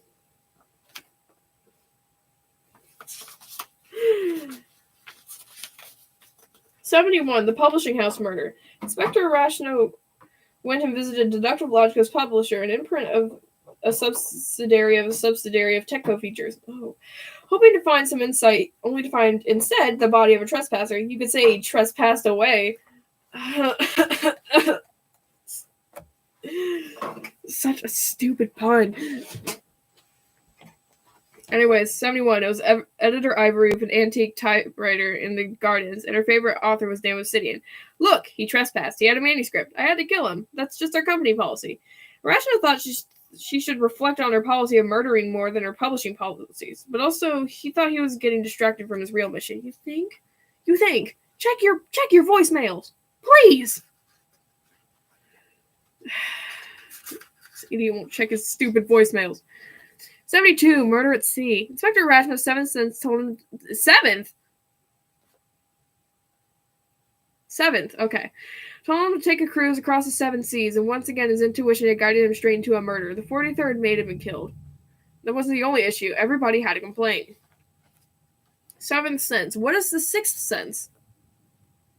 '72 was Chairman Chalk with an antique anchor on the deck, and he was bored. Yeah, I was bored, that's why I did it. I don't know why I came on this cruise anyway. I've got my own yacht, but my wife said, honey, take a cruise, relax, enjoy yourself, and so I did. But I didn't enjoy myself at all. It was miserable. The only thing I enjoyed was murdering that person. Inspector Arachno was beginning to wonder if he would ever find Deductive Logico. Check your voicemails. Oh my god. There's no way, there's not like... on the phone app, there's no way it doesn't have little like notifications on it, like, hey, check your phone, there's like 100 of these. '73, the conspiracy of silence and murder. Inspector Arachno received an invitation to a conspiracy theory convention, and he jumped at the chance. If anybody could figure out where Logico had gone, it would be them, he thought. But when he got there, they couldn't even figure out who had murdered the organizer of the conference. Oh my god. Just go to Draconia. Please. '73, it was President White with a bulletproof vest in the Great Hall, and she believed everyone is being murdered for a reason. That's right, I do, she said. I killed the organizer of this conference because he was helping them get away with it. But I needed someone I can trust to help me unmask this conspiracy theory and save the person they fear more than anyone. Who do they fear? Arachno asked. Why, your friend, Detective Logico. Arachno believed her, and he agreed to follow President White to an undisclosed location. He knew there was danger involved, but he had to risk it. Dude, use your use like your 17 senses you have to like figure out using common sense. Not even at this point, just hold on.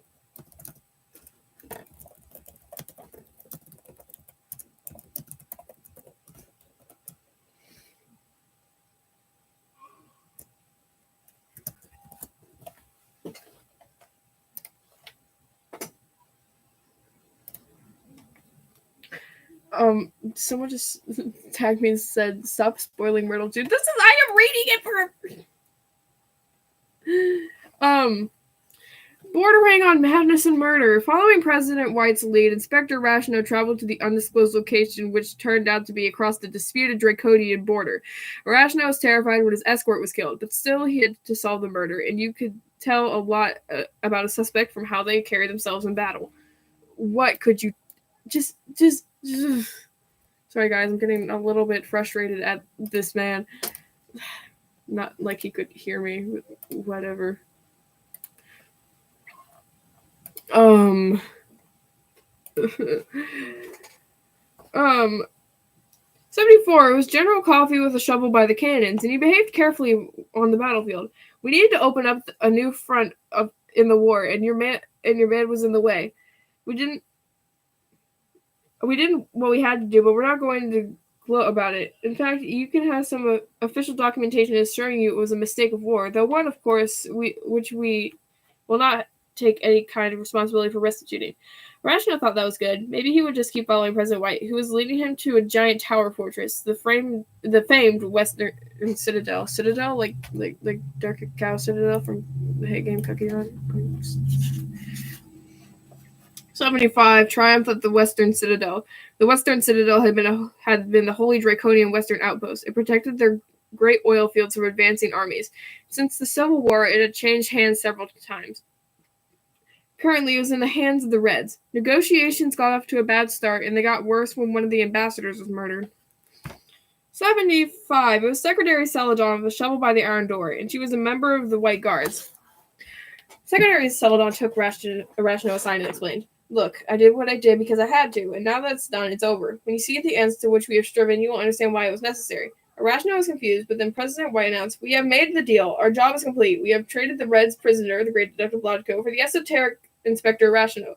Immediately, Arachno was apprehended by Red soldiers who carried him away to their jails. And there, he saw Detective Logico being released by the guards at the same time. "What's going on?" Arachno cried. "I've left you like a million voicemails," Logico exclaimed. "You've got to check your messages." Before the free Draconians took Arachno's phone away, he finally checked his messages and found a whole bunch of missed calls from Logico, and also a text from the detective club, who informed him that the mysterious blood sample was quote-unquote flipped. So we checked what happened if he reversed the letters. I'm going to come back after just like a few minutes. I gotta take the dog out because apparently Bert can't do it because he's playing Fortnite and he's in the middle of a round. Anyways, I'll be right back. Don't leave.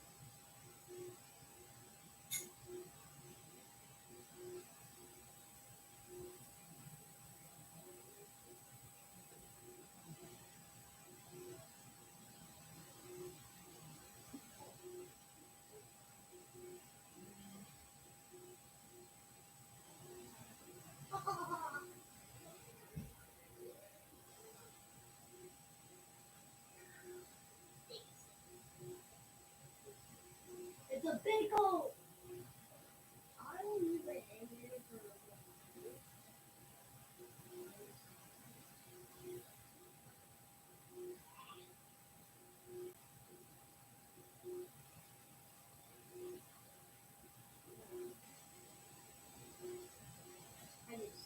I think it's how far away is it? If it's far away, I'll just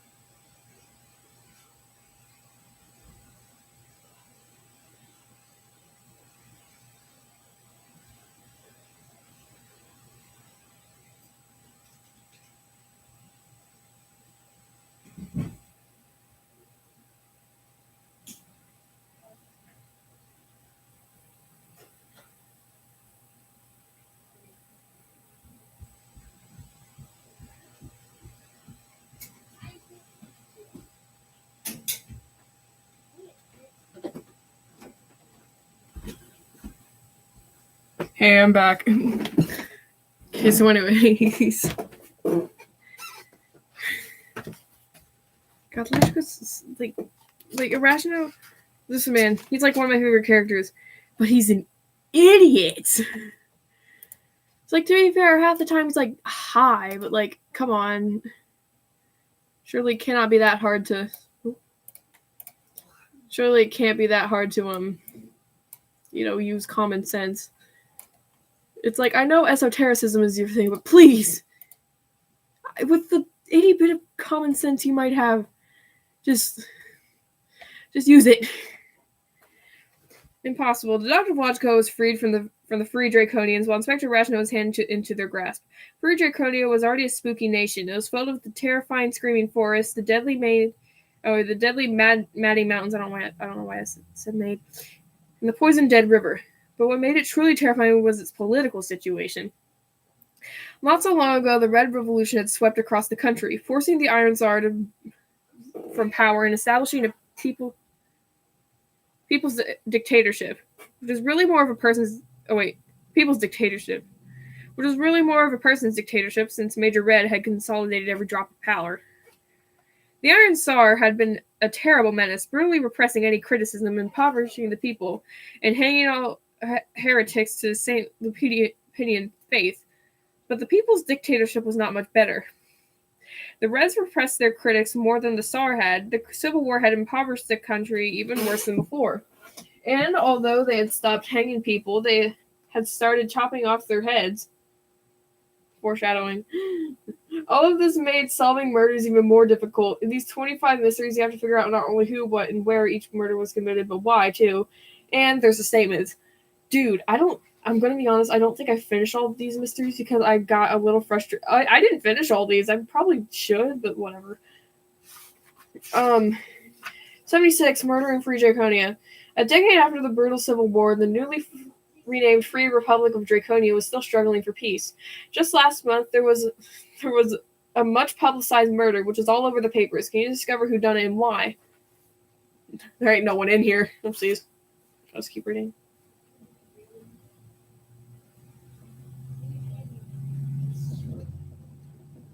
I lost my place. 76. It was Radical Crimson with a red banana in the People's City to free the people. Red banana is dynamite, by the way. The red government doesn't go nearly far enough, Radical Crimson was quoted as saying. You have taken the land from the rich, but you still govern from their capital. And you still accept their money. To be free at all, you must be totally free. So as you can see, even a decade later, the country was still a mess.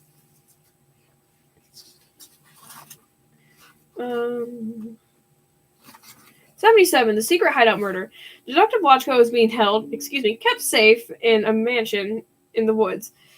This mansion served as the secret headquarters for the royal resistance, who wanted to take back their country. Unfortunately for them, one of them had their life taken instead. Look, another said, the detective's already coming in handy.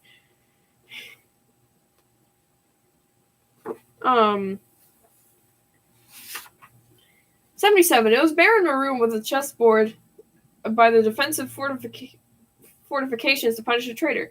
The noble that I killed was a traitor, Baron Maroon declared. Now, if you'll excuse me, I am feeling weak and I need to see my physician. Yeah, there's like these like things called like gray walkers later. So it's like, I'm feeling weak, I need to see my physician. Is related to something? I swear. Logico went to the library where President White was reading from the Book of St. Lupine, the holy book of the St. Lupinian Orthodox Church. She looked up from the book and immediately asked Logico a question. What was the secret you were going to unveil at the convocation of countries? Logico asked. It was a Pandora's box, an ancient mathematical secret that, if known to the world, would unleash unimaginable suffering. Let me tell you a story, President White replied. You're just told that, like, this math problem is so detrimental that it could, like, destroy the world. And they're like, hey, let me tell you a story.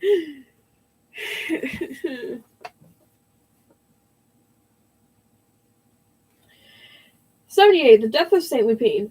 Everyone knows St. Lupine, the great healer who recruited those 3 sick orphans, and with their help, built the foundations of the St. Lupinians Cathedral.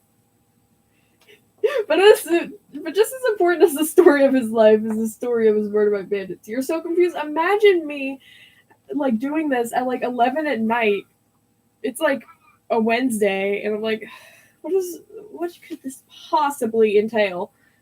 78. It was Bandit Black with a vampire bat by the torture tree to stop his work. Oh, I want to point out something. Bandit Black is 4'10". Bandit Blue is 5 foot, and Bandit Brown is 4'11". They're oddly short. Foreshadowing. Trust me on this. This is why we fight, said President White. This red government is no different than the bandits who came out of the woods and killed our great saint. Even Logico was impressed by the soaring rhetoric. She continued, and so we must follow the example of the villagers. When they found Saint Lupin dead, they did two things. They worked together to finish his cathedral, and they killed those bandits where they stood. Logico understood, but still he would not reveal the mathematical secrets he had uncovered in the tomb of Pythagoras. He would keep Pandora's box closed. He's using common sense because he's using, logic, the thing in his name. 79 locked up in the free jail. Meanwhile, Inspector Rationale was being held in the free jail from the People's City. The Reds wanted to interrogate him for information about the royal resistance, but first they needed his help to solve a murder. A guard had been killed. He's like, oh yeah, we gotta... Oh yeah, so we're gonna question you and all that, but could you solve this murder for us? Pretty please. 79. It was Governor led with the big red book in the observation room for the government. I was told this order came from the highest levels, and when you get an order from the red government, you follow it to the letter. Rational didn't understand, so Governor Led told him the story of the death of the Iron Tsar. Cool.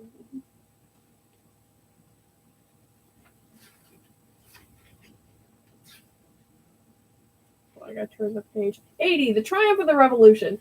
Governor Led explained that the Civil War had raged on for so long that people thought it would never end. But gradually, the Reds conquered almost all of Draconia until they had cornered the Iron Tsar in his last remaining hideout, the fortress known as the Iron Palace.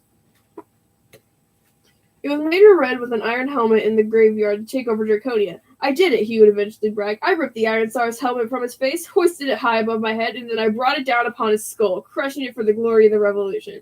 Logico was horrified. Why are you telling me this? To show you, Governor Led replied, that if Major Red tells you to do something, you do it.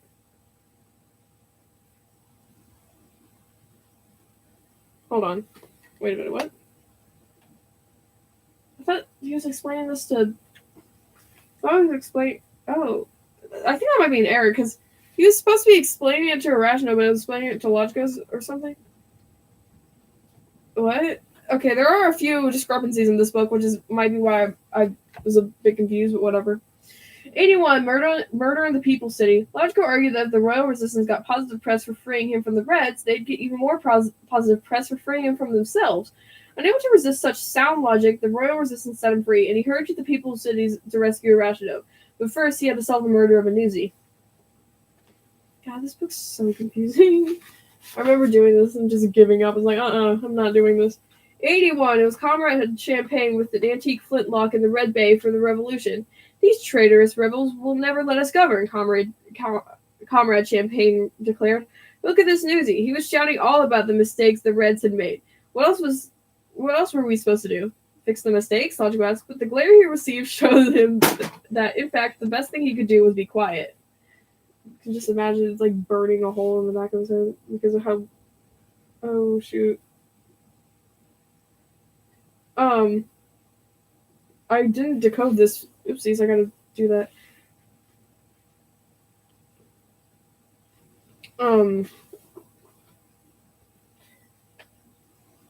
82. A brutal murder in brutalist housing.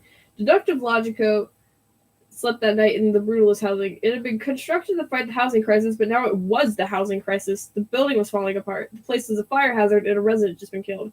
Suspect, Grey Walker. They shamble about lifelessly with empty, hollow eyes. You feel cold around them. These are important later. 82 is Cosmonaut Bluesky with broccoli is a weapon in this. This is green and good for you, like money. It's also the perfect size for choking. Imagine dying because some random cosmonaut, just some random astronaut, comes out of nowhere. It just shoves broccoli down your throat, and then you choke on it and die. to avoid being sent to the front. They were going to force me to go fight on the front lines, but I think my talents are much better spent doing publicity appearances. Lachko understood that, but more than that, he understood the coded message he had just received, written in next letter code. You're making me decode all this. Hold on. Let me pull up Epic Coder. I'll just do it on Google Docs.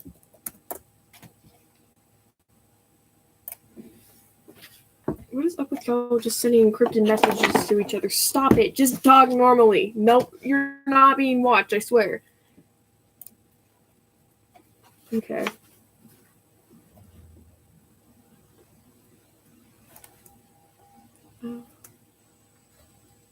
Oh.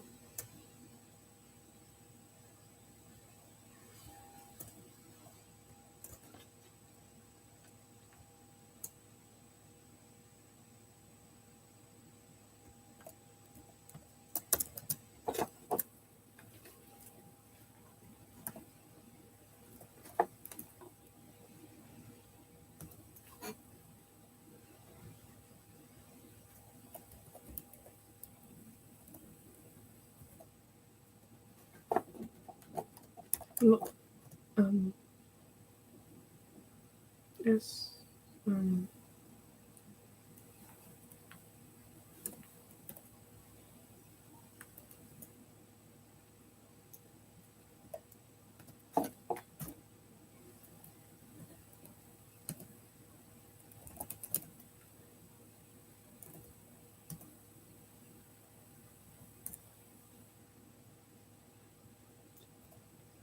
I don't like where this is going on.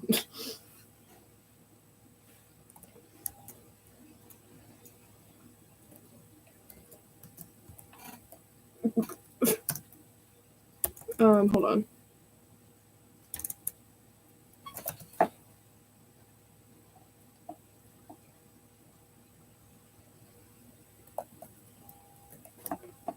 Help.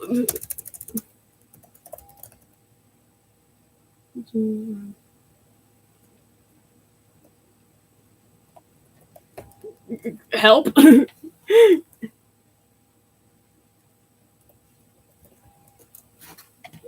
Yeah. They're going to behead Arachno, apparently. That's...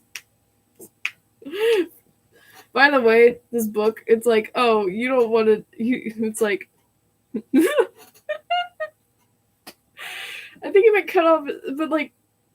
Yeah, Arachno is about to be guillotined, because of course he is. Because of course he got himself into that situation.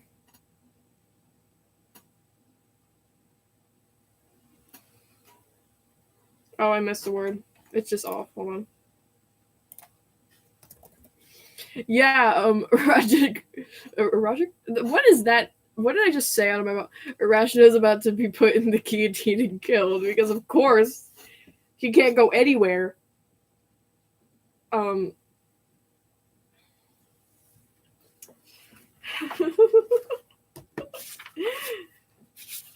83. Logico raced to the public guillotines in the middle of the People City, but when he got there, he found people lamenting that there had been a murder. Oh no, he wailed. I'm too late. But it turns out they didn't mean Inspector Arachno. The executioner had been, ironically, executed. This is me when I'm basically going to my friend / love interest public execution. God, this book is so stupid. He's about to be beheaded.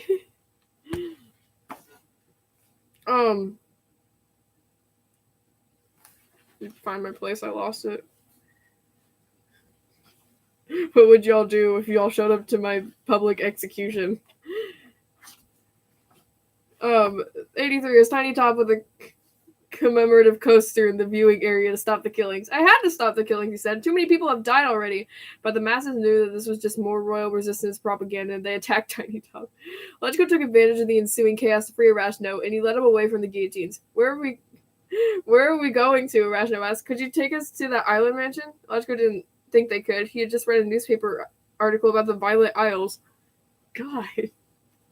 Can these two please go on a vacation? Like, this started Logico going on a vacation and then immediately getting put in jail. 84. Violent murder on the Violet Farm. According to the papers, the Violet Isles had been turned into the Violet Work Farms, where captured aristocrats were expected to work for their freedom. One of them might have been killed for it instead. A free draconian guard is dead. Grey Walker, they seem bloodless, not only metaphorically, but also in that they have less blood. This is Miss Saffron, if you didn't know, because she's 5'2", left-handed, hazel eyes, blonde hair, and stuff like that. This is Miss Saffron. This is me when I'm about to be beheaded. 84 was the Duchess of Vermilion with a chainsaw on the docks to terrify the populace. Reading about this in papers, Logico did not feel it had the same effect as actually being there. After all, one murder on one island was not really that terrifying, was it? I don't know, Raja said. Chainsaws are pretty scary. 85, capital crimes. Suddenly, Inspector Rashno and Deductive Logico were apprehended by red guards and taken to the Capitol. Can y'all stop being arrested for, like, 2 mysteries? It was the same building that had been used by the powerless parliament under the Holy Draconian government of the Tsar. But things had changed under the Reds. For example, someone was recently murdered in the building. Just execute them both at this point.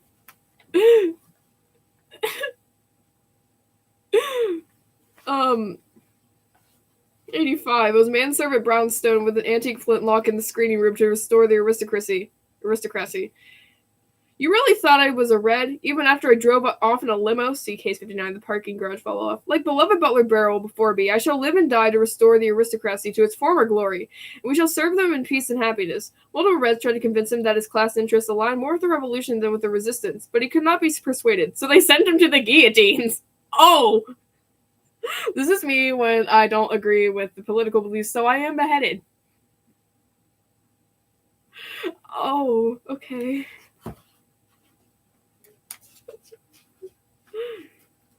To be like, oh, they'll be like saying like, oh, I believe in this, but this person's like, no, I believe in this, and then you behead them.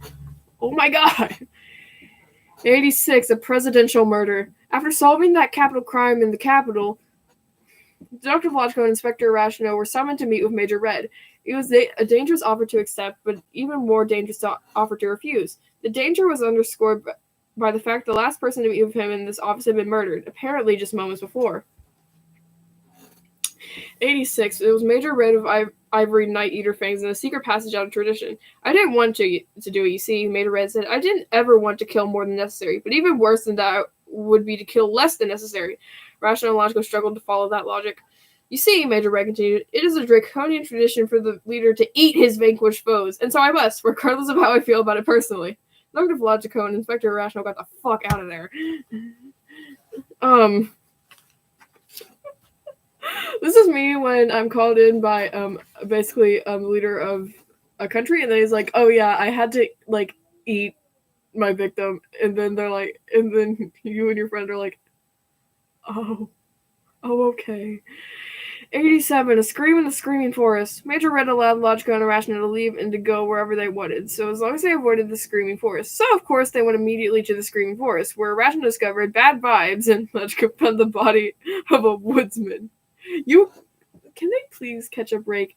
You just heard that someone cannibalized someone in the same room you were in, like, a few minutes ago. God, these people are so stupid. 87. It was Sergeant Gunmetal with a wooden stake in the boiling pool to protect the trees. These are the people's trees, and I have been tasked with protecting them. The Logico thought the sergeant had bigger things to worry about. The boiling pools, the tortured tree, and the dead river were all symptoms of the same cause. The boiling pools had nuclear rods in the bottom of them, which heated the waters. The tortured tree had grown twisted due to genetic mutations caused by the radiation, and the same radiation had killed all the life in the river. This forest had been poisoned by an abandoned nuclear reactor, which they soon discovered hidden in the woods. See, Raja said, I told you there was bad vibes. That's radiation poisoning. They just introduced a melted down nuclear reactor? That's radiation poisoning. Get out of there. What do you mean bad vibes? You're basically collecting radiation right now. You're gonna probably feel nauseous from like overexposure. Like, I don't know if it's enough to be deadly, but oh my god, get out! Get out! are so stupid. Get out of there!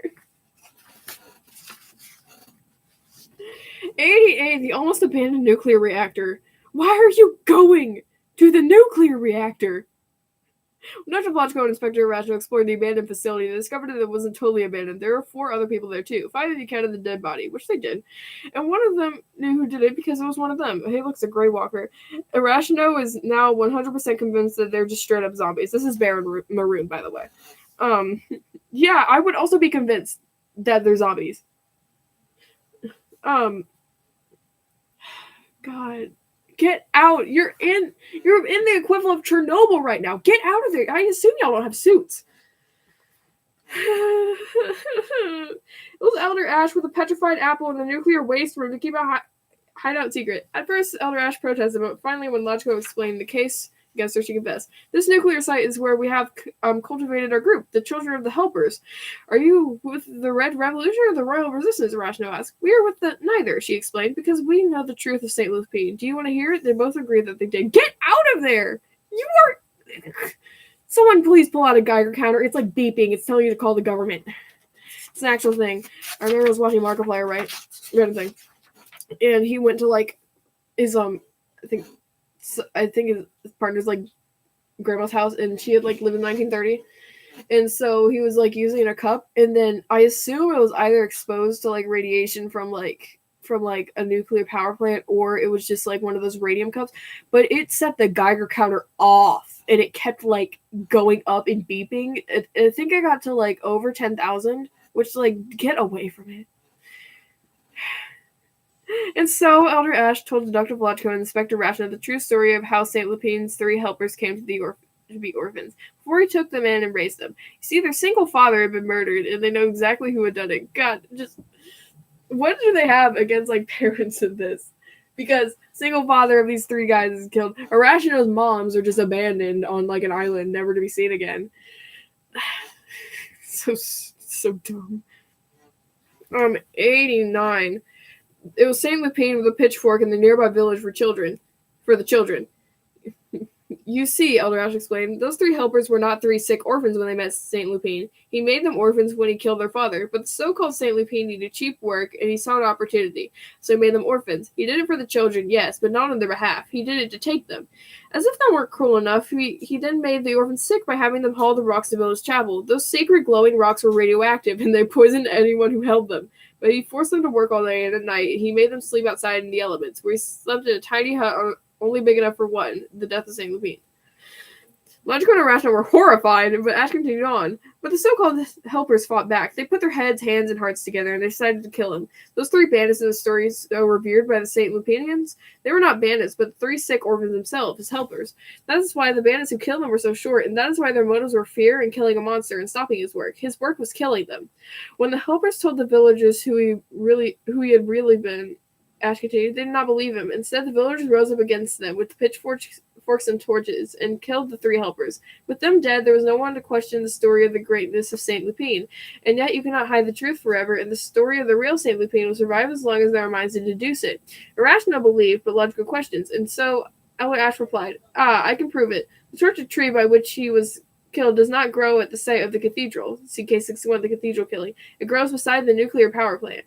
And the waste from this power plant has poisoned our river, just as the lies of St. Lupine had poisoned our country. That is the true meaning of Holy Draconia. Y'all ever kill 3 kids' parents and then make them work? You ever kill kids' parents and then you make them work with uranium and make them sleep outside, and then everyone thinks you're the best person ever until you're killed, and then they still think you're the best person ever because they killed these 3 kids? Anyways. God, the logic of this is so dumb. Gonna be honest. 90. Across the river dead. Elder Ash pointed a bony figure toward the maddening mountains, and she said, you must go to the Night Eater in the castle, the worst murderer of all. Logico said they did believe in Night Eaters, but he would always look into a murder. But the path ran across the dead river, and when they tried to cross over the river, the ferry captain crossed over completely. Hey look, it's a Grey Walker. The only way you can kill a Grey Walker is with any of the normal ways of killing a person. Nice.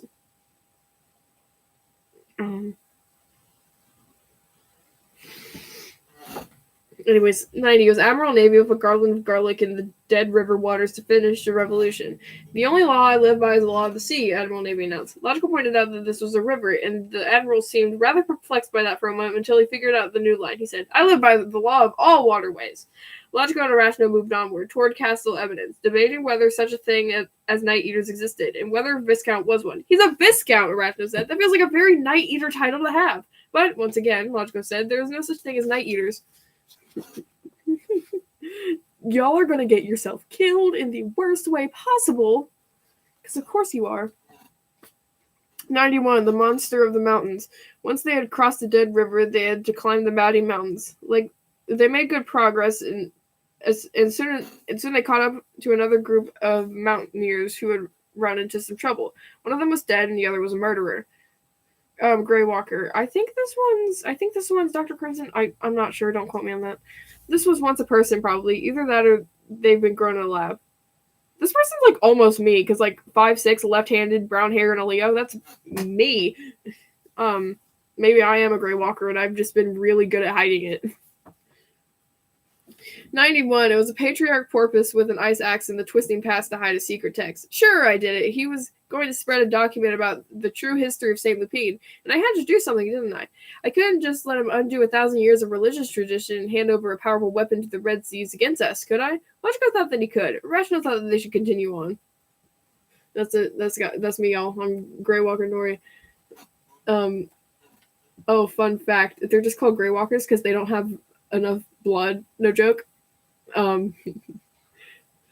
Spoiler alert, they're making the Viscount dude immortal, and he's like taking blood from everyone to be immortal.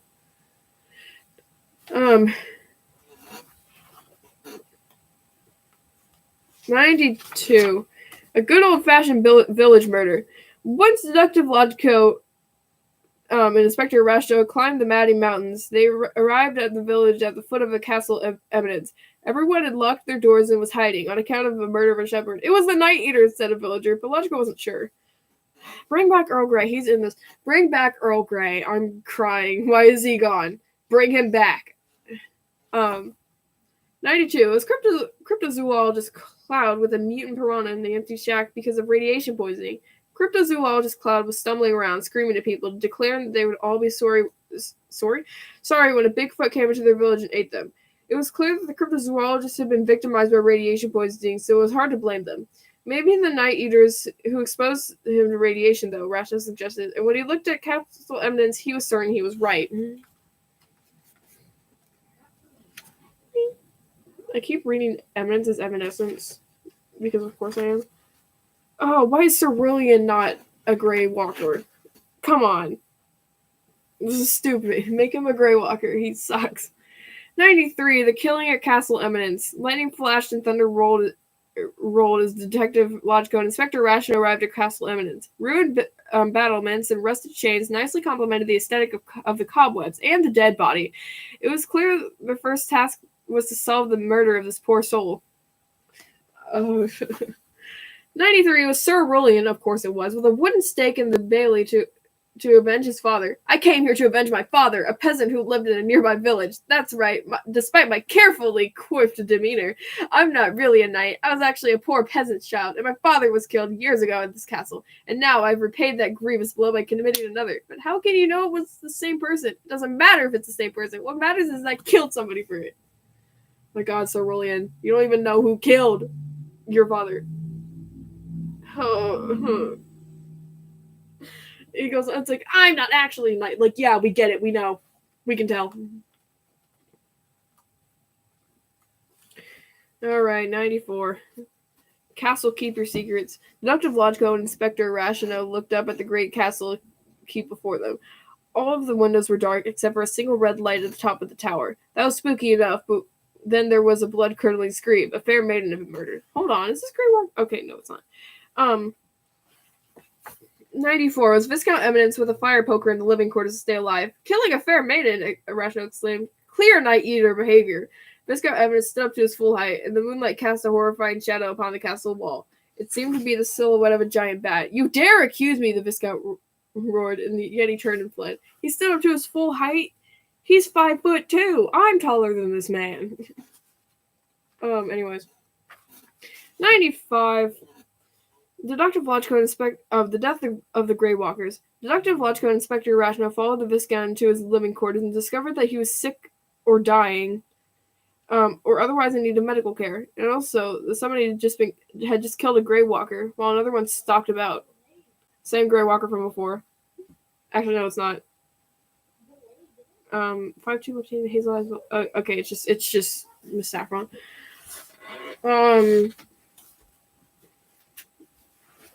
95. It was Dr. Crimson with a book of war poetry on the balcony to prolong a life.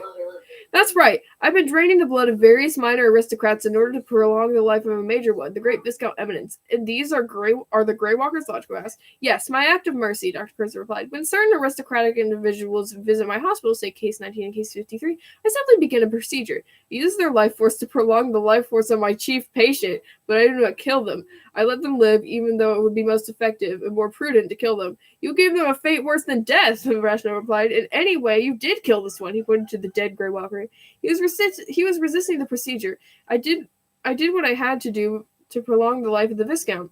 Why is this one Viscount so important to you, Lodgco asked. You don't know the true story of the Revolution, Dr. Crimson replied. Let me tell you.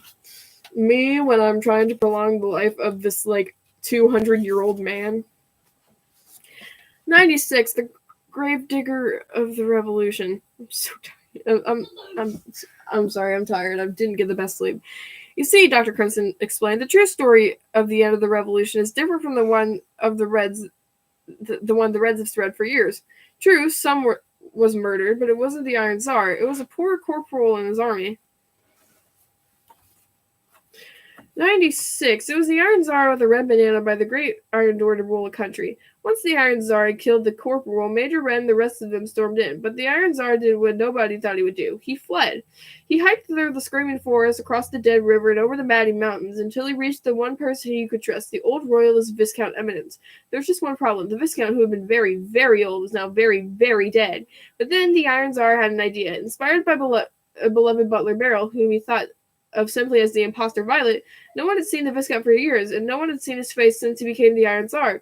And so he simply removed his 4-inch high boots, see case 86, a presidential murder, and he took off his helmet, see case 80, case 85, and case 96. He became the only Viscount Eminence that Detective Lodgco had ever known. Later, the detective club would notify Irrational that he was wrong to think that Major Red's blood was at the crime scene where Lodgco went missing. It was in fact the blood of Viscount Eminence. When they said the DNA had been flipped, they did not mean that it had been reversed, but that they had printed the opposite side of the strand, and that he should replace each nucleobase with its pair, i.e. A equals C and G equals C. Dr. Crimson had spilled some of her patient's samples. She carried them with her to match with potential donors. And so, Dr. Crimson continued, the Iron Tsar bided his time, waiting until the Red government of Free Draconia finally collapsed, when he could again ascend into the throne. However, for the same reason that he was able to vanish, Major Red was able to claim victory. He dressed up a corporal as the Iron Tsar and claimed he killed him, strengthening the foundations of his government.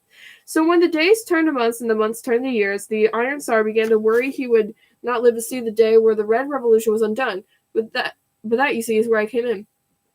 Dr. Crimson explained her newly devised method. By draining the blood of the young, and compared to the Viscount, everyone was young, he could prolong his own life and live to see the day where he was reinstated. This she did, not because she supported the Iron Tsar or cared about politics of Draconia, but because she loved money. So wait, Irrational is saying, so you're saying that he is a Night Eater? A what? Dr. Crimson replied. No, Lodgco answered. She just said that she used a medical, scientific technique. You're telling me that he used the blood of innocence to prolong his life, and you're arguing that he's not a Night Eater? But Lodgco had another question. Why is she telling us this? Because it's done. It's over. What do you mean? The day of the Iron Tsar is today. The People's City has been sacked, assisted by the forces of the Convocation of Countries, which is finally unified against the Red government due to the sudden disappearance of two of the most famous crime solvers in the world. Now, President White will reconquer Draconia for the Tsar. It is done. This is so overly complicated. Oh shoot, two Grey Walkers.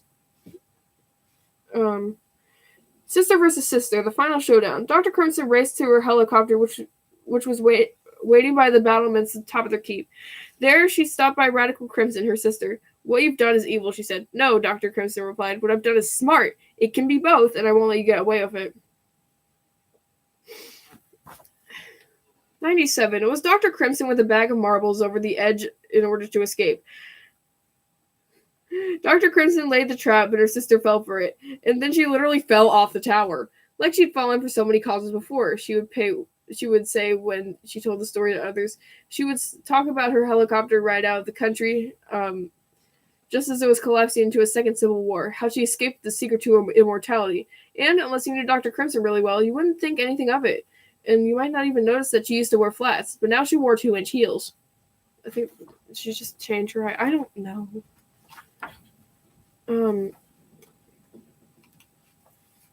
Just give me the stupid next page. 98, a city ablaze. Dr. Vlodko and Inspector Rashno made it back to the People's City in time to see its burnt-out remains. A coalition of the troops supporting President White and her secret plans to reinstate the Iron Tsar had set the entire city on fire. Vlodko and Rashno fled through it, heading for the airport, hoping they could escape. But they had to solve a murder on the way. It's literally burning. Just leave it alone. Just go. Go home. You deserve it. You've both been arrested. 98. It was archaeologist Ekru with the bayonet in the brutalist housing to steal a ruby. This is the best chance in a lifetime to recover treasures from a museum, or maybe for my personal collection. What are you going to do? Arrest me? There's no government. Well, there's one thing they could do, which is not let her on their Zeppelin. Oh, okay. 99. Zeppa, let's get out of here. Detective Lodgko and Inspector Rashno rose out of the burning People's City on the same Zeppelin that Lodgko had arrived on, and they watched below as the city burned beneath them, uncertain of what this would mean for the future. For the present, at least, they had to solve the murder of a replacement Zeppelin pilot. This book's so confusing. 99. It was Captain Slate with an antique vase in the passenger cabin because they needed air. While Captain Slate protested her innocence, she lost confidence as Detective Lodgko explained the case against her, which is even further supported by the esoteric proofs of Inspector Rashno. Finally, she confessed. I should have stayed in space, she said.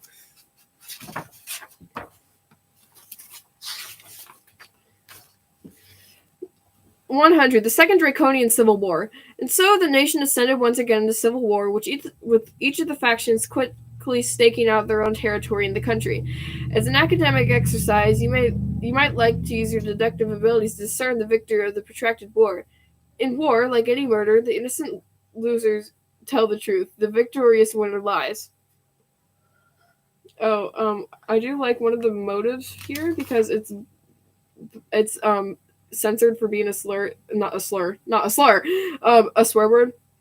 It just says for so much fucking money, which me.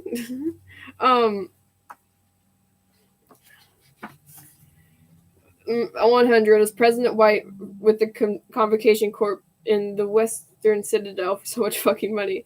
Lodgko discovered after the fact that President White had heavily invested into the international weapons business. Not only had she sold drones to the Convocation, she had also sold dynamite to the People's Army and ivory to the Holy Draconian Army. Even greater and more terrible weaponry was devised from the mathematical secrets revealed in the Tomb of Pythagoras, which she cracked in Lodgko's absence. All of this she did under other names, but her ego was great enough that she flaunted it at every step. The ivory was imported by E.H. Witt, see case 86, presidential murder. The bazookas were manufactured by the Thua Corporation, see case 74, bordering on madness and murder. The nuclear materials were controlled by World Horizons International Thermonuclear Energy, see case 98, the City Ablaze. Even the metal for the bayonets was produced by International Weapons, known as the IW. Each of them spelled out her name by anagram or acronym. And as the four armies fought against each other to the last man, and the country was destroyed in the Great Conflagration, President White watched the numbers of her portfolio go up and up and up. And that, unfortunately, is the end of Myrtle Volume 2. Because of course it is. Thanks for listening. Oh, it's been 2 hours. I'm gonna go eat lunch. Bye, guys.